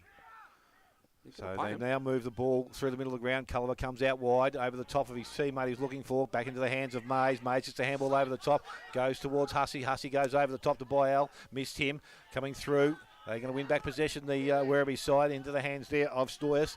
He gets the handball out into the hands of Miller. They're running themselves in and out of trouble. There's plenty of pressure being applied by Inverleigh, and ball is running back towards the centre wing position. This time it's going to go over the boundary line. No, it's what? Back into the hands of Stoyers. Kick was smothered. So again, Inverleigh working extra hard there. Ball with the hands of Circuit. It is at the bottom of the pack. Umpire says, let's get it up. So it's going to be a ball up just on centre wing. Daly pushes himself across. Wilson's also there. So Wilson now doing the ruck work. Ball is thrown in the air. Both players had a little bit on it. Grundle gets the ball out. Goes to Meehan. Meehan on the left foot. Didn't use it. Put to hand. Went over the top into the hands of Mays. Got the handball out into the hands of Meehan, but it's been called back. Free kick is going to go to Luke Wilson. Well, he just tackled him when the ball was nowhere near him. It was a dead set So free Wilson kick. now looks up and goes into the middle of the ground. Went towards Donahue. Makes a mark. And he's just now going to set things up. Has Haste outside. Alford's also out there. Crawley from behind. He's got plenty of options wide if he wants to go that way. Now he goes out wide. So Crawley has the ball on centre wing. So Crawley now looks up and goes short Stop into the your forward whinging. line. Into the Stop hands your of whinging. Robertson. Robertson goes. I'm sick of your whinging. Ro- Shut up. You whinge all day. Piss off. And the ball's in the hands of Meehan now. And Casey Meehan. I'm not the one whinging. You are. Piss off. I just said nobody got reported for that 7. I'll get reported in a minute. Nick You off. will. You will the way So you're going. hands is in the hands of Meehan now, and he's going to be 40 metres out, and he's going to kick from the 45-degree angle, and heading back towards goal. Oh, shut up. He sucked in the under 18s. He sucked in the seconds. Now he's sucking in the first. He should just shut up. So Meehan comes in. He's kicking towards goal. Nice kick off the boot. Goes across. A little bit too far Jeez, through that come for a minor across a long score. way, didn't it? So it did. across. There's a fair bit of breeze out there. 7-2 now to the home side. They lead Werribee on 2 straight. 24 gone. Fairhaven Homes first quarter scoreboard. Ball breaking quickly there by Werribee. Pushing across the far side. Long down the line. Out in front of Stevenson. Just kick it to Runs on the Donahue. ball. And the ball's been taken over, has it? Yes, it has. So true centre wing. That's a good thing it did. Yeah, well, Because the ball was going to go straight to Donahue. Probably. Anyway, ball about to be thrown in. Wilson versus Daly. So, 2 rucks about to go at it. Boundary umpire throws the ball in, blows away. Daly finds front spot, taps the ball down. There's no one really there. Picked up the back, quick handball out to Casey Meehan onto his trusty left foot. Ooh, hold there. That'd be a hole. That'd be a free kick to Kilby. Kilby for Werribee. Quick handball across. Werribee looking to run it out. No real options. He has to turn around. There was Culliver. Short one down the line towards Carlton. Ball beats him out of bounds. So we'll reset again on the centre wing area. Be nice to see Werribee get one inside 50 here, Grub. Hey? They need one here, Werribee. Just understatement of the day. They need 3. Just by me. Who's kicking with the breeze? Oh, I would say Werribee. I think Werribee were. So Wilson and Daly sort of a nil-all draw. Ball comes down out of bounds again. Bit of a short throw. Maybe they need to be aware of that. The boundary umpire's throwing the ball into the wind. So well, yeah, but it was in the seconds. But those goals down there, when you kick towards it, it's dragging it across. So Yeah, maybe it swung around a little bit. it could have. Well, 7-2. So if Inverleigh kicking against the wind, mate, they're doing a fantastic Well, job. if they are, it's all over. It's a I'll fantastic tell you job. that now. Anyway, boundary umpire about to bring the ball back in. In she comes. Wilson. Daly wins the tap down there. Wrapped up straight away. Ball not coming out anywhere. So boundary umpire, the central umpire will do it again. Casey Moon, the last man off the deck. There we go. Wilson and Daly again. Wilson with a big jump over the top. Quick tack down. Bounces away from his Inverleigh teammate, Dalton Grundle. Ball finally gets handballed out. Running forward again. Great tackle by Finn O'Keefe. Ball goes free. Stacks on the mill. Free kick has been paid here. I don't know who's paid that one for. Grub, are you watching? No. I didn't see it either, mate. Anyway, the ball's with Finn O'Keefe. Sizing up his options. In short. Nice little kick there. Finds his teammate running through was Donahue again. Long into the forward line. Dixon in front. Could have held that one. Picked up by Gibson, who's tackled, immediately drops the ball. His teammates there helping to recover. Matty Hayes wraps up tackle. Good handball out of then. And over the top for Werribee running away now. We've got Gorman over the top. Looking forward. No one really to kick to. Come across was Belmacheski. Bounced off his head. Falls in the arms of Chesterman, who spills it. Out she comes again. Quick handball by Robertson. Long kick by Inverleigh to no one in particular. Mark taken by Werribee. Stoyas on the half-back flank here, looking for options. Comes long across the ground. No one particularly. It's not a great kick, but Miller made something of it, mate, and made it look pretty good. Ball lands back in the hands of Inverleigh. Wrapped up very, very quickly by Linehan Cunningham. We haven't called him today, so East Geelong 7-3-45. Belmont Lions 1 point. Geelong West 3 straight. Bannockburn 4-6. 18-30. Wilson versus Daly. Daly wins that tap down pretty comfortably. Handball up here. Long kick by Alford. Looking for Dalton Grundle. No, Mason Dixon. Mays at the front of the pack. Has a snap for goal now. Running towards goal. Dalton Grundle will be the first one back there. Picks the ball up. Shrugs a tackle. Swings onto the right foot. No, centres the ball beautifully to Mason Dixon. What a great kick. Unselfish. Dixon plays on straight away. And buries the 8th goal of the quarter for Inverleigh. Inverleigh 8-2. 50 lead Werribee 2 straight, and we've gone 29 minutes, the Fairhaven Homes first quarter scoreboard. And you would hope they'd ring the siren pretty quickly, the way the ball's going for Werribee, because they just got it off the half-back. Probably an errant kick over here, young Stoyers. But you can't blame him, because there was another 3 minutes of football after that. I think it might have been Gorman, actually, Gibson, that brought that ball in. Stoyers was back here. He's the one that kicked it to him. No, it wasn't Stoyers. It was definitely... It was Gibson? Yeah. Well, it was a terrible kick anyway. Yeah. It set him up. Because when you call it, I reckon Stoyers was out the back here, Grub. So. Well, either way, it wasn't a good kick. No.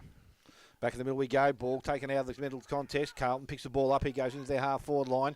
Mark not taken. Good Queen pick up, though.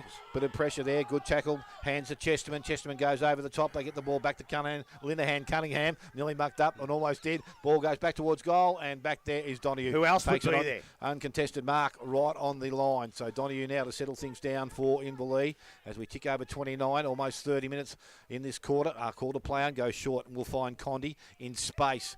Condi now just settling things down.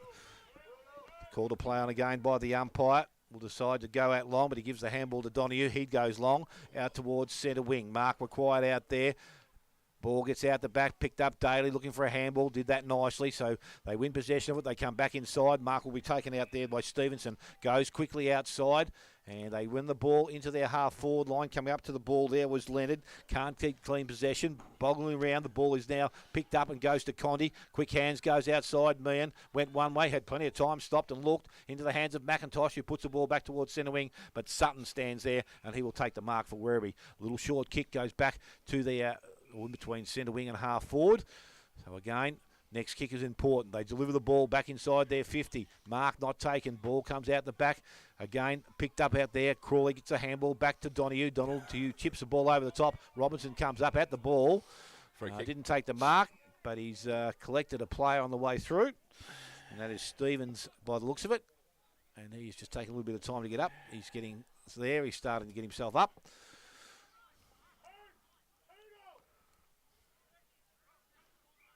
So Stevens is to his feet now. He looks okay. He'll be able to take his kick.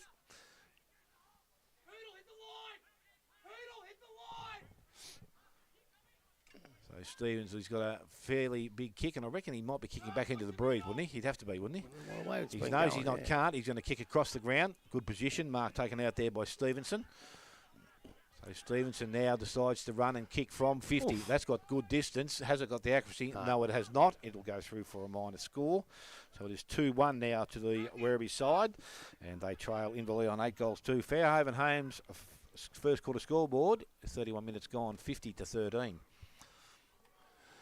All right, Donahue to bring the ball back in, goes long down the line. Obviously, we're getting close to the end of the quarter. Nice long kick out. That's a great grab. Great mark. That's a Fairhaven mark of an A contender. Casey Meehan takes that one. Had a fair first quarter, Casey, hadn't he? Onto his trusty left foot. Goes long down the line, kicks towards the half-forward line, and we'll centre wing even. Another great grab there taken by Dixon. Long lead out from full forward. Dixon goes long there, goes the siren. There it is. 32 minutes gone. All over Fairhaven first quarter scoreboard. Sees Inverleigh 8-2-50 leading Werribee 2-1-13. Goal kickers, Dale. Goal kickers to this stage of the game. We have Young with 3, 2 each to Mays and Dixon, 1 to Robertson. And for the Werribee side, 1 to Young and 1 to Carlton. We'll take a short break, come back. Everything that's gone on here in the first quarter, and pretty much of it's been all Inverleigh. We're going to listening to 94.7 The Pulse, your home of local football.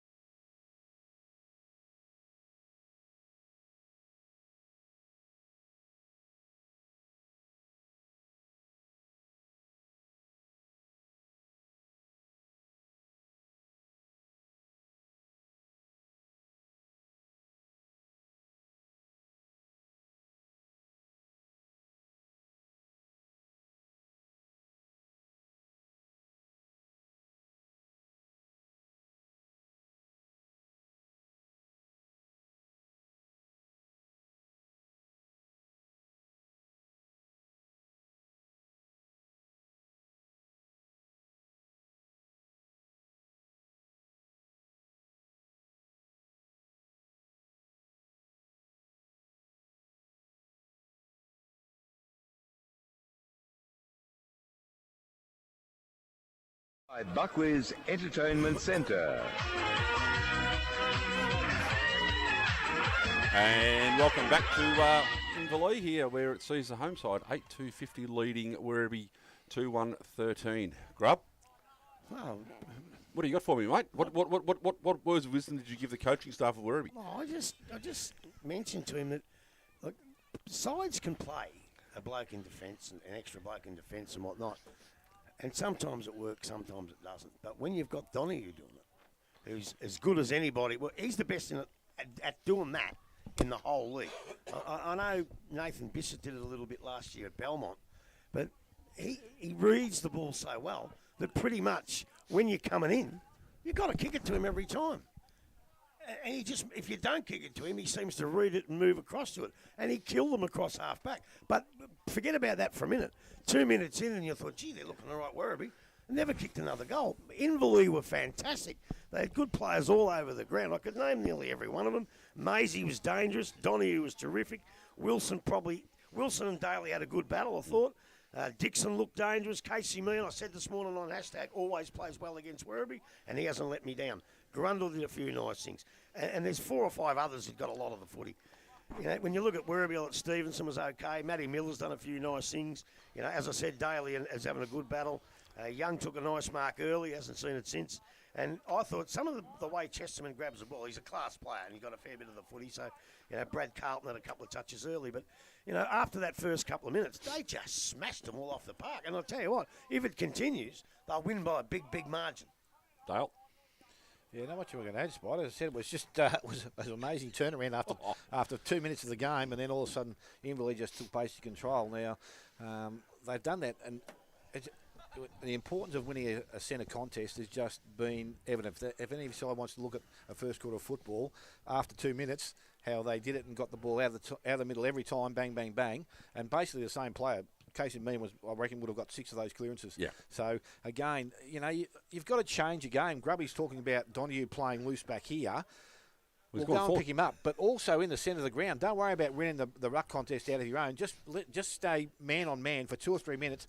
Change the contest so that you're starting to win contests back, and then maybe start play a more attacking sort of game from the middle of the ground. But you can't just let it go and go and go and go and let Inverleigh do the same old thing time after time. So, again, they need to change that aspect of their game.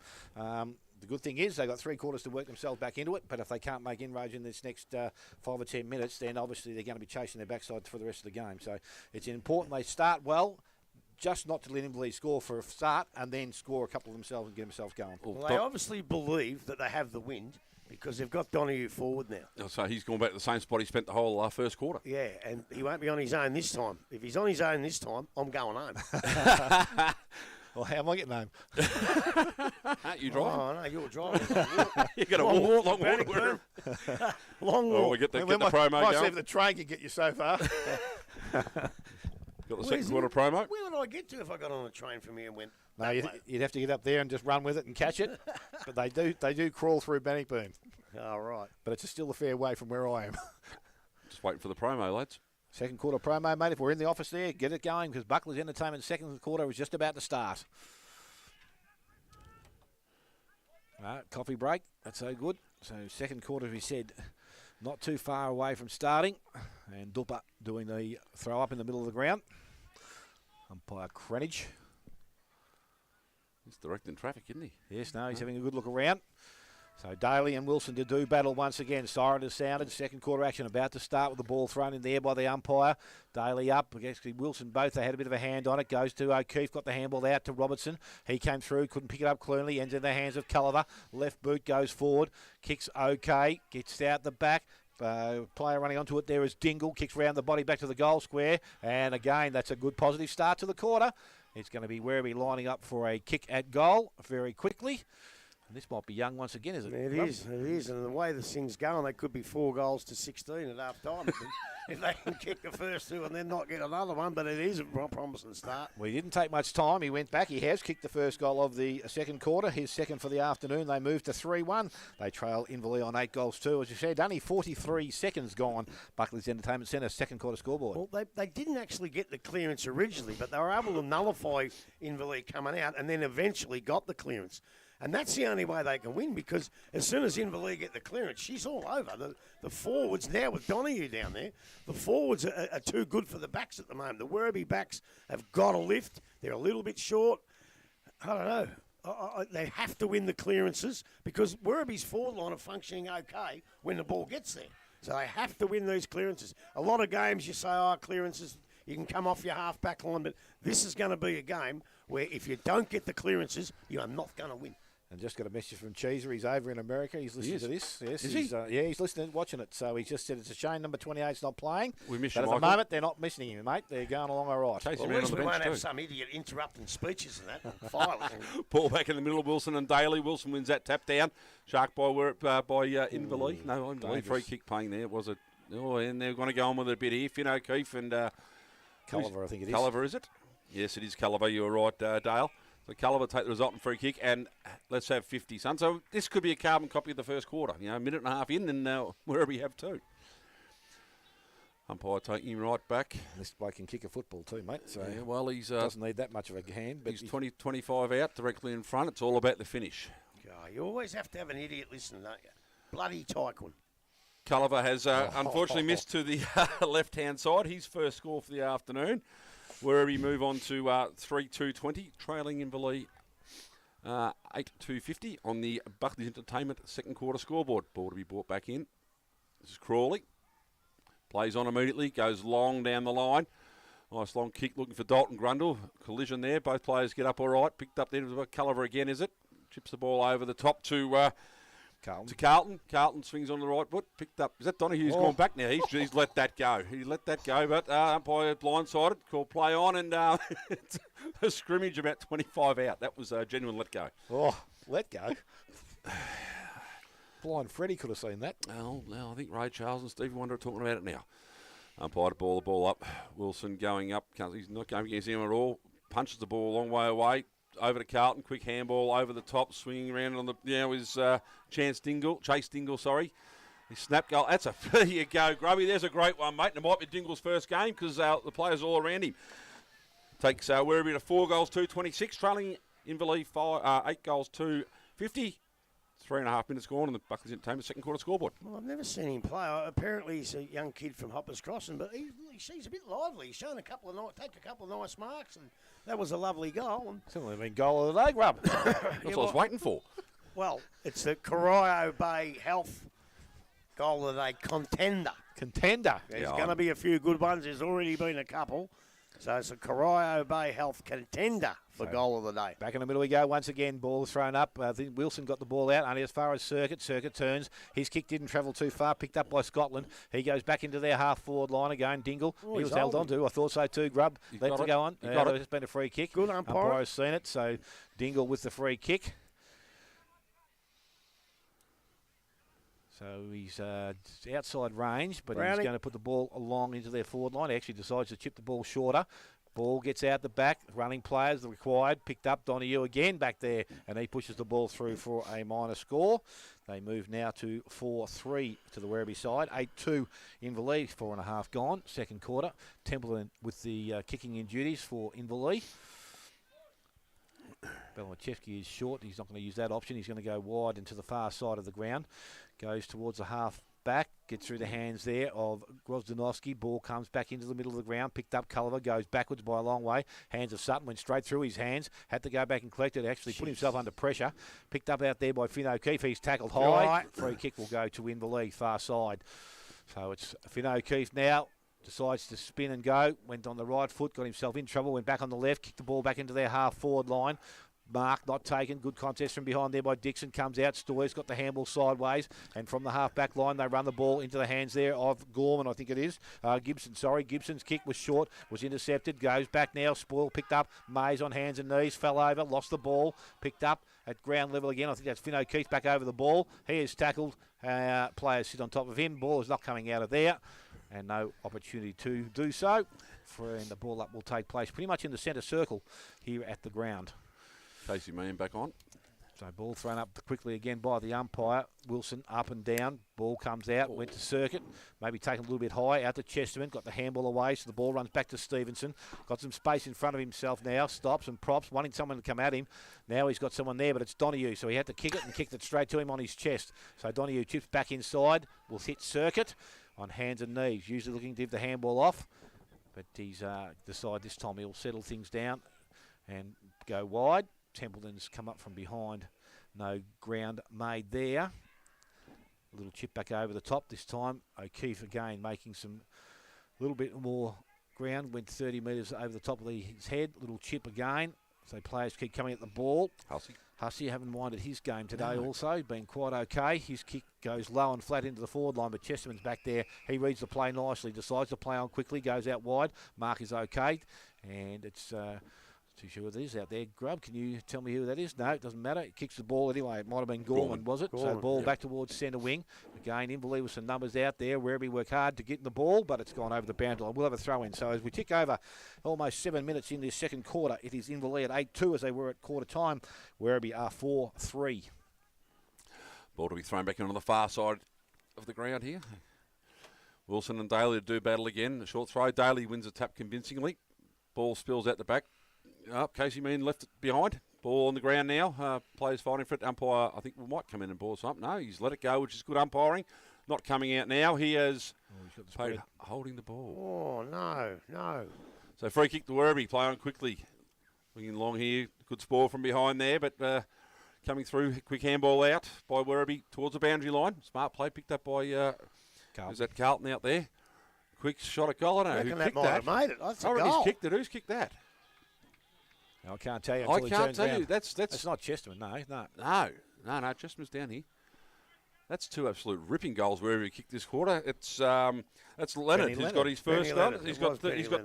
He's got Werribee's third for the quarter. They are now 5-3-33, trailing Inverleigh 8-2-50 on the Buckley's Entertainment second quarter scoreboard. Maybe the scoreboard end. Does that ever end? Well, I don't know. But to me, the intensity that Inverleigh were putting on in that first quarter has just dropped away a little, I think.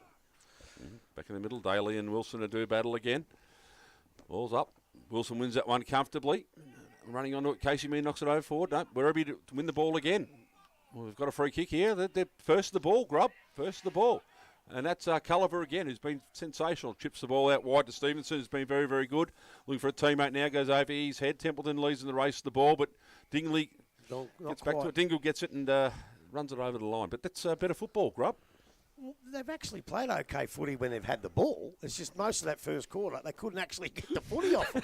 That was, I think, what the problem was. Well, they're playing a lot better. They're first to the pill now. Boundjumbo throws it in. We've had a change. We've got Prismal going up against Wilson. So Wilson wins that one quite easily. In front of Culliver and Meehan. Oh, Meehan wins the battle. Gets a handball out here. Oh, a bit too much on it for Gros, but puts the ball down. It was accidental. But it's still a free. It's but a free it's kick. just accidental. Yeah, he couldn't stop. It's a free kick, so you can't get anything above the shoulders, mate. So a little bit hurt here too. Yeah, well, I just say that because I knew it hurt him, but he just didn't mean it. That to me is that De Leon. Yeah, it's just a pure accident. Handballs the ball out to Scotland. Drives the ball long for Werribee into the forward 50. Marking contest at the back there was Crawley. Takes a very strong mark. Great block. Good use of the body in front there. And great legal block, I should say. Yes, legal block, that's right. So Crawley looking at options, goes long down the line again. Looking for, was that Dixon out there? But he's completely outmarked here by Sutton. Good grab there. Sutton now swings the ball through the middle. That's a nice little chip over top. No, cut off there. Cut off there. Here we go. Donahue running through. Handball was too quick for his teammate. Picked up by Stevenson. Nice little handball out here to Gorman. Gorman goes long, but again, Crawley takes a relieving mark for Inverleigh. He's got McIntosh out here, all over his head. Let's worry back in here, but Mays picks up the ball. Quick handball over top, lands in Donahue's hands. He's got runners on the outside in Circuit. Circuit goes back. Nice long kick down the line, but no one home. But there we go again. Sutton again. He's everywhere at the moment. He's doing the Donahue roll. So Sutton comes short to De Leon. Drops what he should certainly have taken. The time to recover goes long for Werribee. Over the back of the pack, ball hits the ground. Good handball out and kicked into the forward line by Miller. Chopped off there. We're Inverleigh with the numbers here. Wrapped up in a great tackle. Umpire will say no, held to him. So ball up. And it was. Absolutely no prior opportunity, so it's a terrific decision. About 15 metres out from the Werribee goal. Werribee kicking towards the Hamilton Highway end. Ruck's about to go at it. Ball goes up, and it's Chesterman versus Wilson. Chesterman wins the tap. Ball comes wide. Stacks on the mill again. Picked up. There's a free kick. Got to be. Holding the ball. I already got him over the shoulder. I thought he did. Over the shoulder, and I think Dupper missed it, but the other umpire paid it. Yes. Anyway, it falls out with McIntosh, who's gone very, very wide here. Maybe too wide, I think so. Ball out of bounds. That's wrong. That's wrong.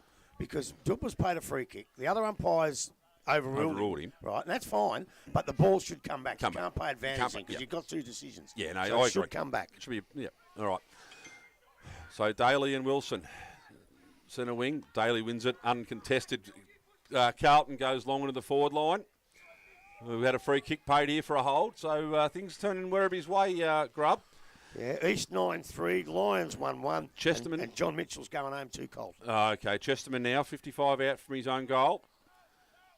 Goes long. That's a beautiful kick off the boot. Over the back hand. Knocked through there by the Inverleigh defence. So that takes Werribee to 5 goals, 4-34.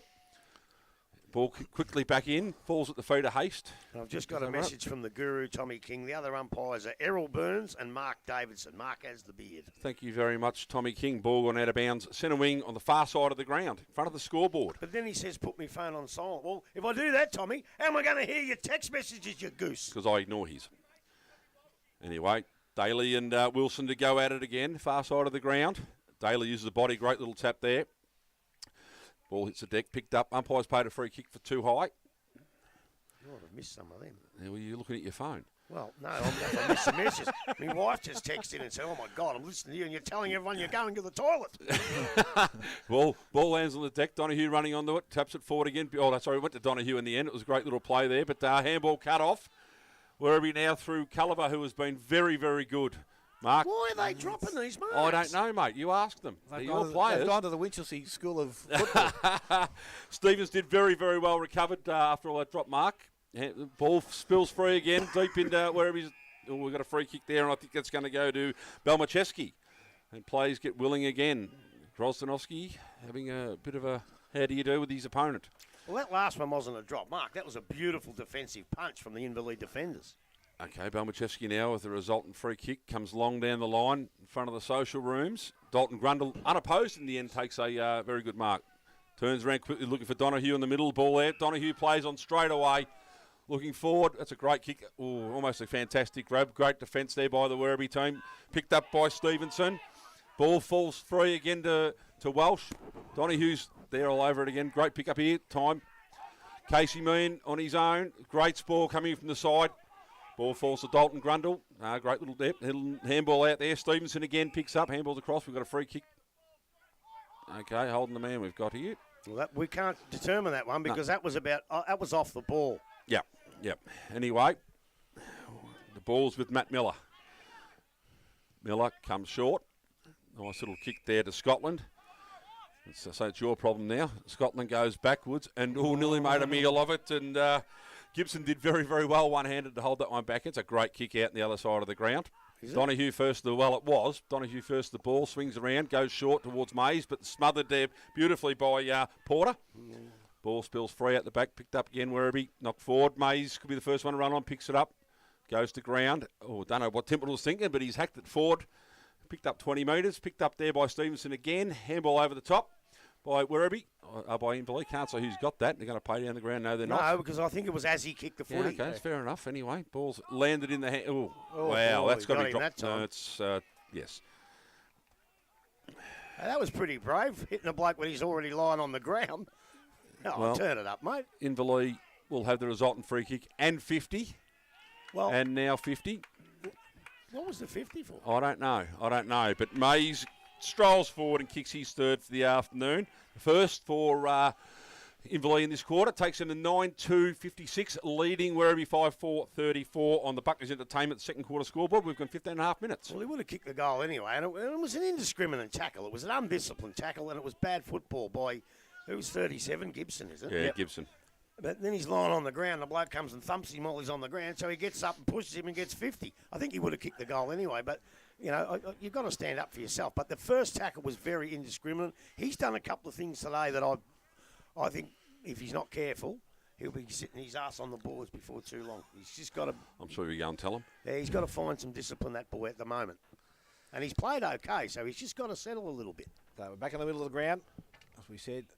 Dixon's now going in to do some ruck work. Actually, you might have got the ball out into the hands there of Culliver. Culliver goes into their half-forward line. Coming out, Templeton read that nicely. Continues on, kicks out towards centre wing, leading the race to the ball. McIntosh, handballs back, went back to Templeton, puts the boot to ball, but it was smothered Ball has gone over the boundary line. We'll have a throw in, which will take place just centre wing area in front of the club rooms here.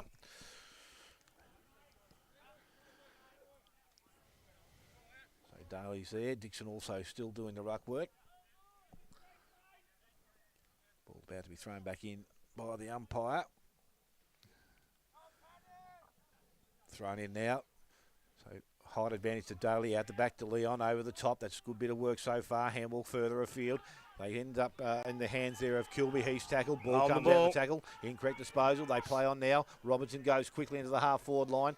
Went towards Young. Couldn't take the mark. Went back. Well, had a few goes at it, but couldn't. That's a great yes, smother. he did. Then that nicely grabs, kept the ball alive for him. Stoyce goes after the ball. Goes outside. Picked up there. The handball comes back inside, but Inverleigh will intercept. Welsh taps it back over his head. Goes back towards Circuit. Hands and knees. Stuff. Ball gets out the back. Oh, there's another high tackle. And it's going to go to Camilleri. So he will take the resulting free kick. And it will be I think just it is inside. Camilleri. Yeah, I think it is. Is it? I think so. Ball goes across. Anyway, we'll soon find out when he turns around. Grubs anyway, we're going to find out. Ball goes out wide. Kick was okay. Sutton made a contest. Free kick. Yeah, it was a free kick there. Coming at him and not having the eyes on the ball. So Josh Sutton now with the ball in It was a their professional half-back line. free kick, though. He stopped him from marking and running on. So Sutton now, not too sure his option. De Leon's going to be short. That's where he'll go for a start. Mark will be taken out there. Give the handball straight to Culliver. On the overlap, he goes short. Kick had to be good. Was made okay. Picked up out there by Kilby. Handball's back outside. Goes back there towards Camilleri once again. He runs towards the ball, and the ball goes over the boundary line. We'll have a throw-in, which will take place on the far side. Obviously, the wind swung around. I've got internet again, so I can get the scores. Oh, that's a nice spot. What's the Bannockburn West game? We heard that one lately? Yeah, Grubby, give us a score a minute ago, but What was it? I'll see what I can do for you, I mate. missed it. I wasn't listening. Bannockburn 41, Giants 25, East Geelong 45, Belmont Lions 1 behind. Well, I think. Thank you. Ball back now, goes into the middle of the ground, picked up there. Condy got the handball outside to Elford. Elford goes short, missed his target over the back. Marker's not taken there. Werribee had a chance to clean up. It goes back to Young. He goes quickly into their half-forward line, leading the race for the ball. Gibson wants the ball to bounce up for him. Can't get it to come to him yet. Tackles Walsh, brings him down in the tackle. Umpire says it's coming back to me, did he? No, Yep. it did. Oh, okay. Yep. So he's going to have a ball up, which will take place just outside their forward 50. Strange one. Yeah, I thought so. It was Yeah, very there quick. wasn't much in it, was there? The ball kept going. I thought it was a play on, but anyway. So it looks like Miller's doing the ruck work up against Meehan. Ball comes out, went to Finn O'Keefe, onto the hands of Young, back towards Matty Miller. He can't take the ball cleanly. O'Keefe sits over the top of the ball. Umpire says no prior opportunity there. Let's get it back to myself. Another ball up which will take place. This time Wilson gets himself down to the contest. So Wilson now has got him down there. Looks like Prismal doing the ruck work. Over the top, Wilson gets the ball down. Picked up by De Leon, got the handball out, only as far as Grundle. He puts boot the ball, it was smothered again. Ball sits in the contest, not going to come out of there, and umpire again. No other choice but to ball her up a third time. I'm happy to let you keep calling this, Dale, because you can see it, mate. Yeah. So the ball's wide. Wilson taps it out into the hands of Meehan, goes back quickly towards their forward pocket. Mark not taken there by Donoghue. Sutton sees the ball over the boundary line, and we'll have a throw which will take He could place. have nearly got a free kick Donoghue there. Wasn't over by much either, I don't reckon, the ball. So forward pocket area, about 10 round from the behind post. Looks like Casey Means down there doing the ruck work. Prismal will be the Werribee Why is ruckman. Prismal doing the ruck work? I'm not too sure where Daly is. I think he might be having a spell. So ball in the hands of Gibson. Brings the ball back out to the centre half-back line over the top. Alford tried to take it. Chessman knocks the ball out. Picked up there by Culliver on the right boot. Looks up, goes outside. Kick had to be good. Was out the back. And it's going to work out okay because Dingle has the ball. He goes long back into their forward line. Sitting back down. Gros takes the mark. Settles things down now. Gros goes out wide. Belamachevsky with the ball. Looking towards Bayal. That's the direction it's going in. Grundle's also there. Both players went up. Ball comes out of that contest. Back in the hands of Carlton. Quickly onto the boot. Into their forward line. Mark is taken out there. And I think it's Young once again. He looks like he's going to go back and kick for his third goal of the afternoon. Gee, that was a terrible mistake by the two Inverleigh players. They crunched each other too, and I think they both got up a bit sore. But they left an open ball. Dalton's still sore there, isn't he? So Young will kick from about 35 metres out, directly in front. Kick off the boot, looks pretty nice. It is good, says the umpire. He has got his third goal of the afternoon. The sixth now for Werribee Centrals. They are 6-4. Inverleigh are 9-2. 21 minutes gone. Buckley's Entertainment Centre, second quarter scoreboard. Well, again, I thought the intensity of Inverleigh had lifted a little bit. And as I say, that was a mistake, because either one of them could have taken the mark, and of course they spoiled each other. And I think they were ready to go back down into attack. But this young fella, I haven't heard much about him, but if he keeps going like this, we're going to have to find out something about him, because he looks a good prospect, the same as young Dingle. He's got 3. Yeah, young Dingle. He got the ball just in the previous play, and he had a bloke out in his own, but he didn't kick it well. But he's been pretty good for his first game. Wilson and Daly in the middle. Daly back on after a quick break. Wins that tap down. Ball bounces away from Prismal. Dalton Grundle fighting on hands and knees. Gets the ball. Umpire says, let's do it all again. Gents, hand the ball over to me. Young must be he's a one-pointer grub, so he's got to be a local bred. He must be a junior then, eh? Daly wins the tap out again. Dalton, the first one of the ball, ends up with it eventually. Quick handball back. Lands in the hand of Condi. Condi goes over the top to Finn O'Keefe. Swings onto his left foot. Chips it inside, looking for Circuit, but it's chopped off beautifully there. Oh, through the middle, looking Werribee, chipped short. Nice kick to Prismal. Prismal takes the ball above his head. Telling the umpire where the man to mark is, didn't really matter. No one was there. Prismal plays on. His ball fades beautifully out there. I think that was quite intended. Coming in from centre half, or from centre of the ground. Anyway, ball falls short. Taken at the back there by Grossanowski. Handball's out. Looking for, but not finding a teammate. Werribee now swing around the left. A nice little chip into the centre here. Play on. About 50 out from the Werribee goal. Inverleigh attack through haste. Wrapped up in a tackle. Ball spills free. Lands in the hands of Scotland. Scotland on his right boot. Finds De Leon. De Leon about 50 out. Probably too far. Might be too far, I think. Oh, if he's kicking with the wind, maybe not. But De Leon, he's going back deliberately. He's looking... Too far, Spud. Do you reckon he's trying to suck the umpire into his 36? Handballs the ball to Prismal, who takes them on. Handball back to De Leon, who has a flying shot for goal. Lands in the goal square. Punch through for a minor score. Third rush behind for Werribee today. Sees Werribee go to 6-5-41, trailing Inverleigh 9-2-56. We didn't quite make the distance from 30 out, so I don't think he was going to make it from 50. And on the run too. Just waiting for the ball to come back. Templeton will restart proceedings as soon as the ball gets thrown back over the fence. He has it now. Gives Werribee a chance to man up. So Jacob Templeton with the ball. Plays on, goes in short. That's not a great kick. Well, he's paid the mark, has he, to Circuit? It bounced. I thought it bounced too. But anyway, Circuit with the ball. Looking for options up the ground. There's no movement at all, is there? And he's chipped it over the top, and it's a horrible kick. Chopped off, and... some would say that was deserved. It was. It probably was in the end, because it did bounce. We think it did bounce. Looked like a half volley to me. Well, it didn't. Yeah, it was, but it didn't deserve it, because even though it was the half volley, Werribee weren't going to have a shot for goal. Now they are. Reece Prismal's gone back. He obviously needs the passport to get in and out of the country. So got a long way back. Deliberate kick here. But this will set the game alight, won't it, lads? Prismal now. Very deliberate, crosses the 50-metre line onto the trusty left foot. Look too bad, but fading with the breeze. And those left footers always drag it that way. It's a behind of Prismal, which takes Werribee to 6 goals, 6-42, trailing Inverleigh 9-2-56. Geez, they really needed a good coach's goal from there that time. They really did. Wasn't known for his goal kicking through his career, though, was he? No, but he is a nice kick. So, if you've seen which way the wind's blowing all day, you've got to aim a bit left. You Templeton have to. with the duties again, plays on. Long down the line this time, didn't trust his short kicks again. Dalton Grundle flies, ball falls free. Daly wins it, handballs out.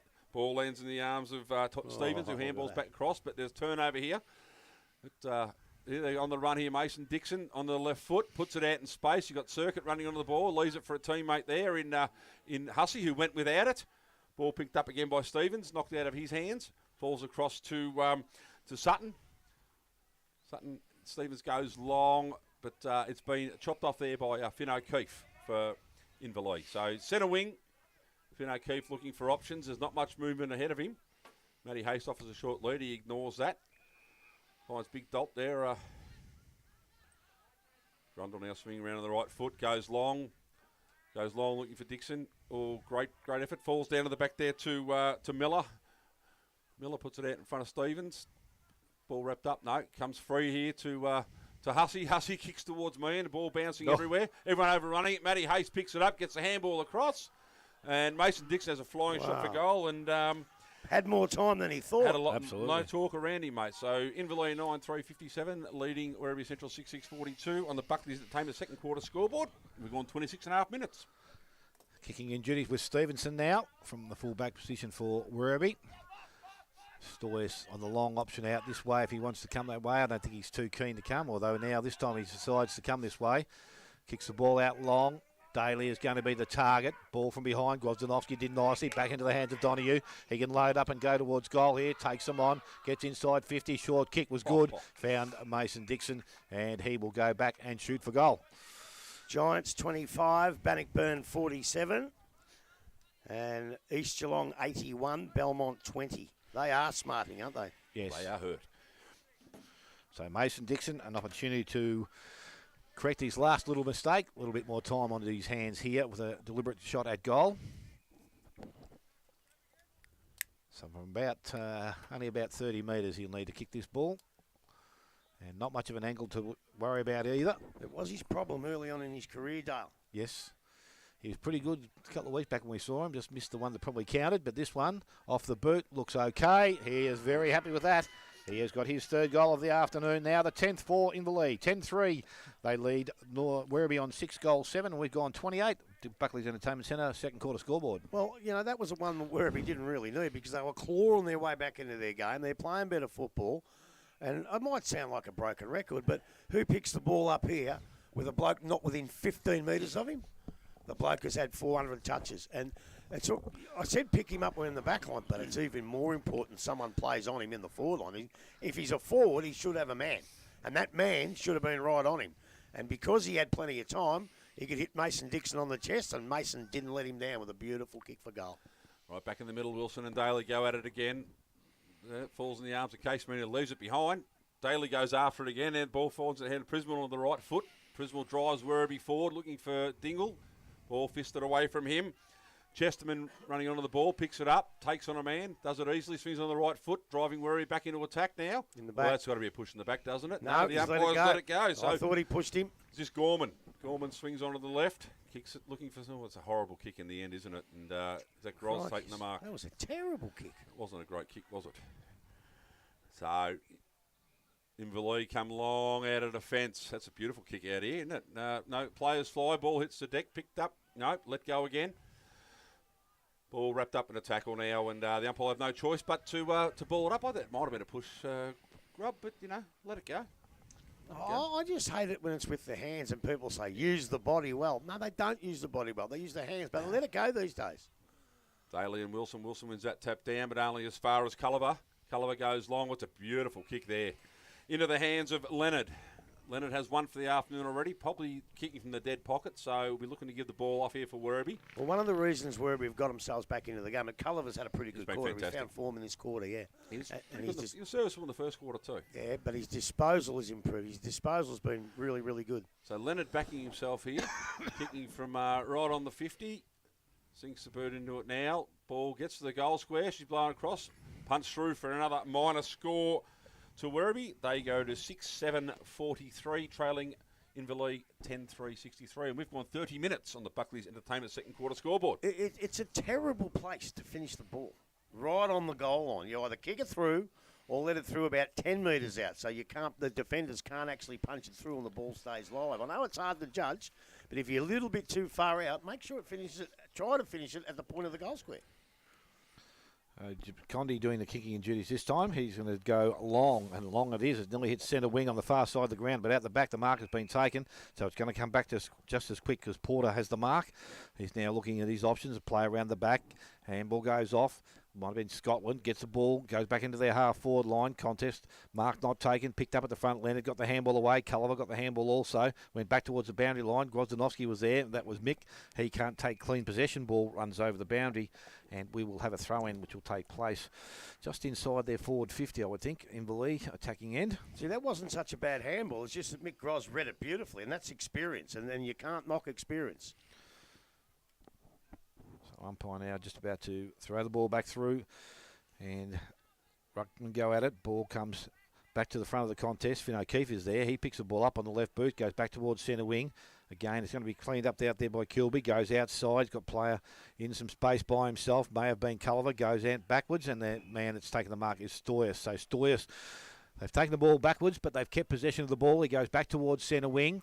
Kick is into a contest. Chesterman and Meehan were there. Ball goes over the boundary line. We'll have another throw in on the far side. It was just a bloke about 8 metres to the side. I think he was going for him, but he just couldn't quite direct it, and it gave the Inverleigh defence a chance to punch it away. So, look, Werribee are playing okay, but Inverleigh are doing most things right, and that's when a side as good as them do most things right, they're hard to get on top of.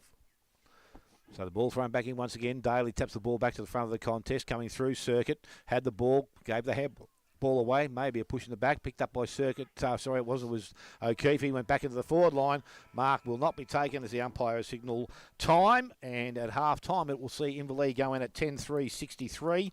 They lead Werribee on 6-7-43. Goal kicks at this stage of the game, 3 each to Mays, Young and Dixon, 1 to Robinson, and for the Werribee side, 3 to Ryan Young, 1 each to Dingle, Leonard and Carlton. We're going to take a short break, come back with second half action. You're listening to 94.7 The Pulse, your home of local football.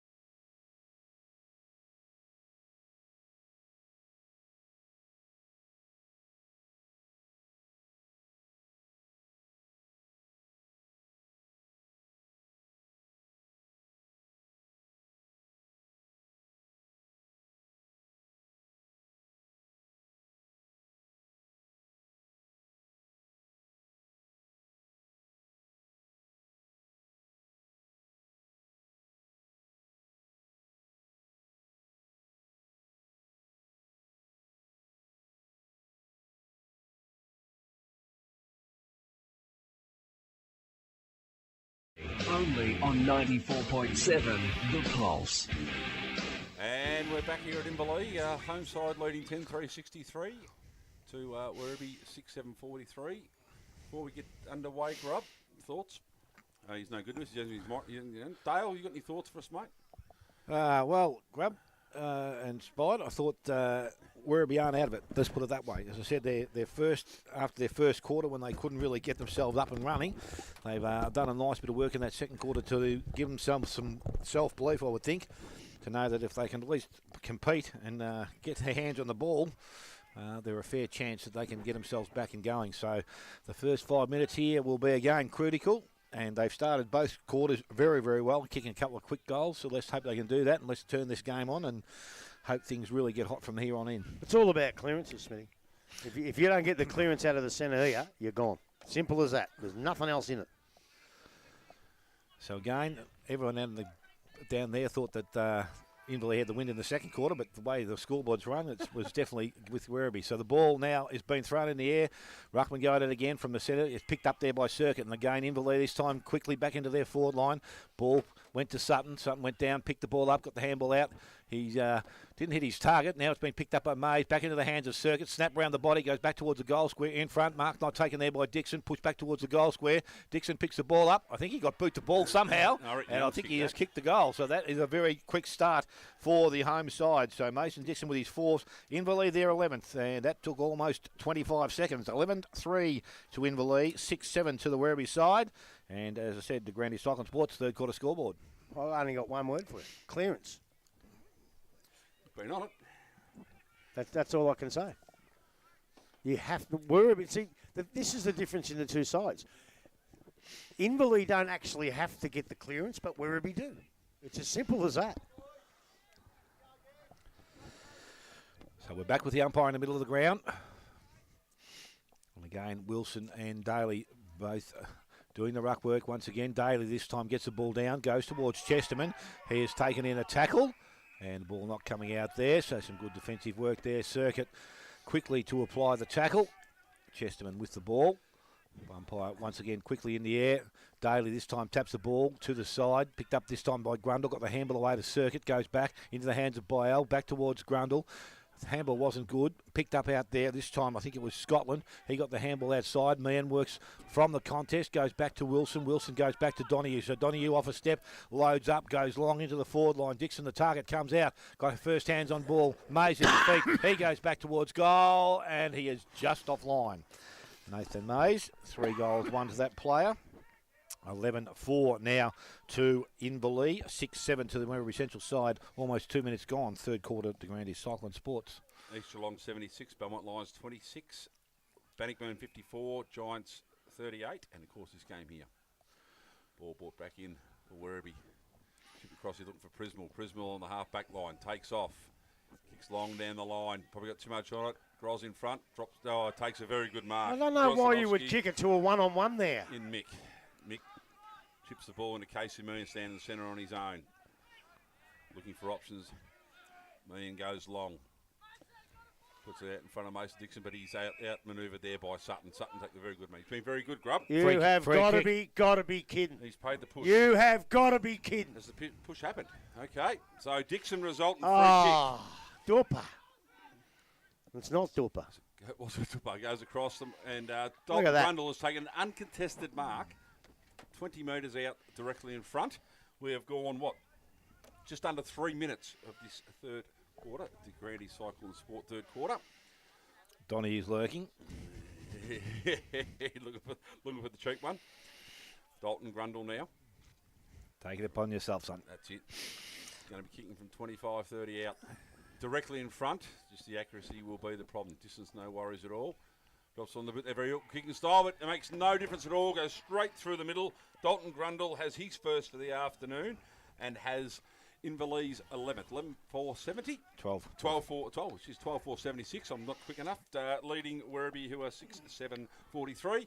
We've gone 4 minutes, or nearly 4 minutes, on the Grandy Cycling Sport third quarter scoreboard. Geez, I reckon I've seen about 15 of them little pushes all day, some big pushes, and then he plucks that one out where he hardly touched him. But that was a terrible decision, and that's cost them a goal. And they won't get back from him. They will not get back from me. I thought it was a really, really good mark. Bloke backed into him, just touched him. So ball back from the middle of the go. This time Daly gets the ball down.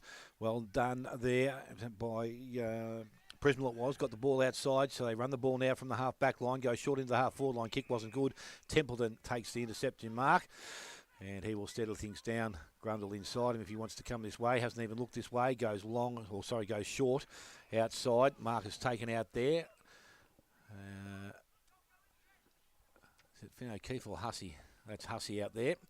He delivers the ball into their half-forward line. This time out the back, mark again, not taken. Front of the contest, picked up there. Daly, the big bloke, does the clean-up work.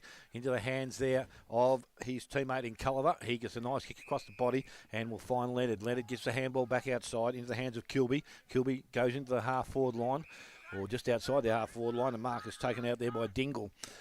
So Dingle now, his kick going towards Linehan Cunningham is in front. Good ball from behind. De Leon was there. Ball comes into the hands of Condi. Try to get the handball out. Start over the top of the ball. Yeah, he's dived on it. He's dived on it, I think. He hasn't got rid of it now. He's got the ball ball's at the up, back. so he's got out of trouble. So if he stays laying on the ground there, then it's holding the ball. But he managed to get up, so good decision. That's fine.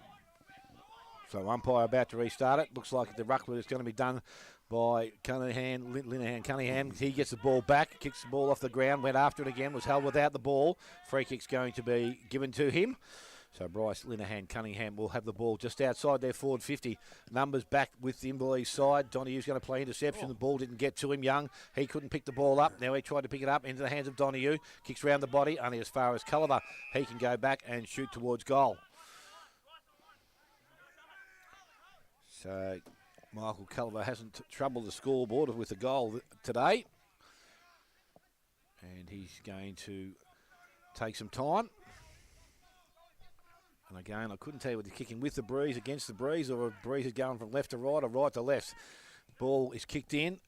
It will float across the face, and Wilson will see it through for a minor score. So they've done a bit of that this afternoon. Culliver's second behind, and Werribee now to 6-8. They trail Inverleigh on 12-4. Long kick by Donohue. Just lands in the hand of Mays, who plays on immediately, has a bounce. Chips it back across, looking for Finn O'Keefe. Finn O'Keefe takes the mark. He's got Young over the top. Nice little handball. Young steadies. Chips the ball over the cross, but completely misses the target. And Mark Spilt there by the Werribee defence. Ball still alive here. Inverleigh still a chance. 15 metres out from their goal. Picked up, handball out. Scrimmage. Umpire's going to say, I'll have it. Well, I know he's saying nothing yet, but now he has. So, quick transference of play there by Inverleigh. Caught us off guard, Dale. They moved that quickly. It looks like it's going to be Dixon and Daly to go in the ruck. Dixon up. Daly wins the tap quite comfortably. Kicked out of defence here. De Leon leaves the charge for the ball. Sees a nice bounce and keep it in play, but no, picked up there by Grundle. Wins the handball. That umpire Van Driver says no, it's crossed the line. Give it back to me, and I'll throw it in, and you can set up and start again. Right on the Inverleigh 50-metre line into their attack. Bound jump out to bring it in. Daly and Wilson will go at it again, will they? Or is it Dixon coming up to take the ruck? Wilson's dropped back, kick behind the play. Daly versus Dixon. Ball thrown in. Daly takes front spot, wins it cleanly. Only as far as Grundle. Grundle swings the ball around, handball. Kick in there, looking for a forward, but no, cut off by Gibson. Gibson for Werribee. Goes back from whence it came, a little bit further maybe, looking for De Leon at the back. It's a beautiful kick, but pinched there by Grundle again. No, this is, was that Kilby running on it? No, it wasn't. It was Stevenson running onto the ball. Handball across here, lands in the hands of Alford. Alford for Inverleigh, bit of time. Wilson picks the ball up. Gets it back to, slung off the ball. I think it'd be a sling tackle. Was that going to come back or not? Was that Mick Dan Gros with that? Ball's going to come back to Dan Grossanowski now.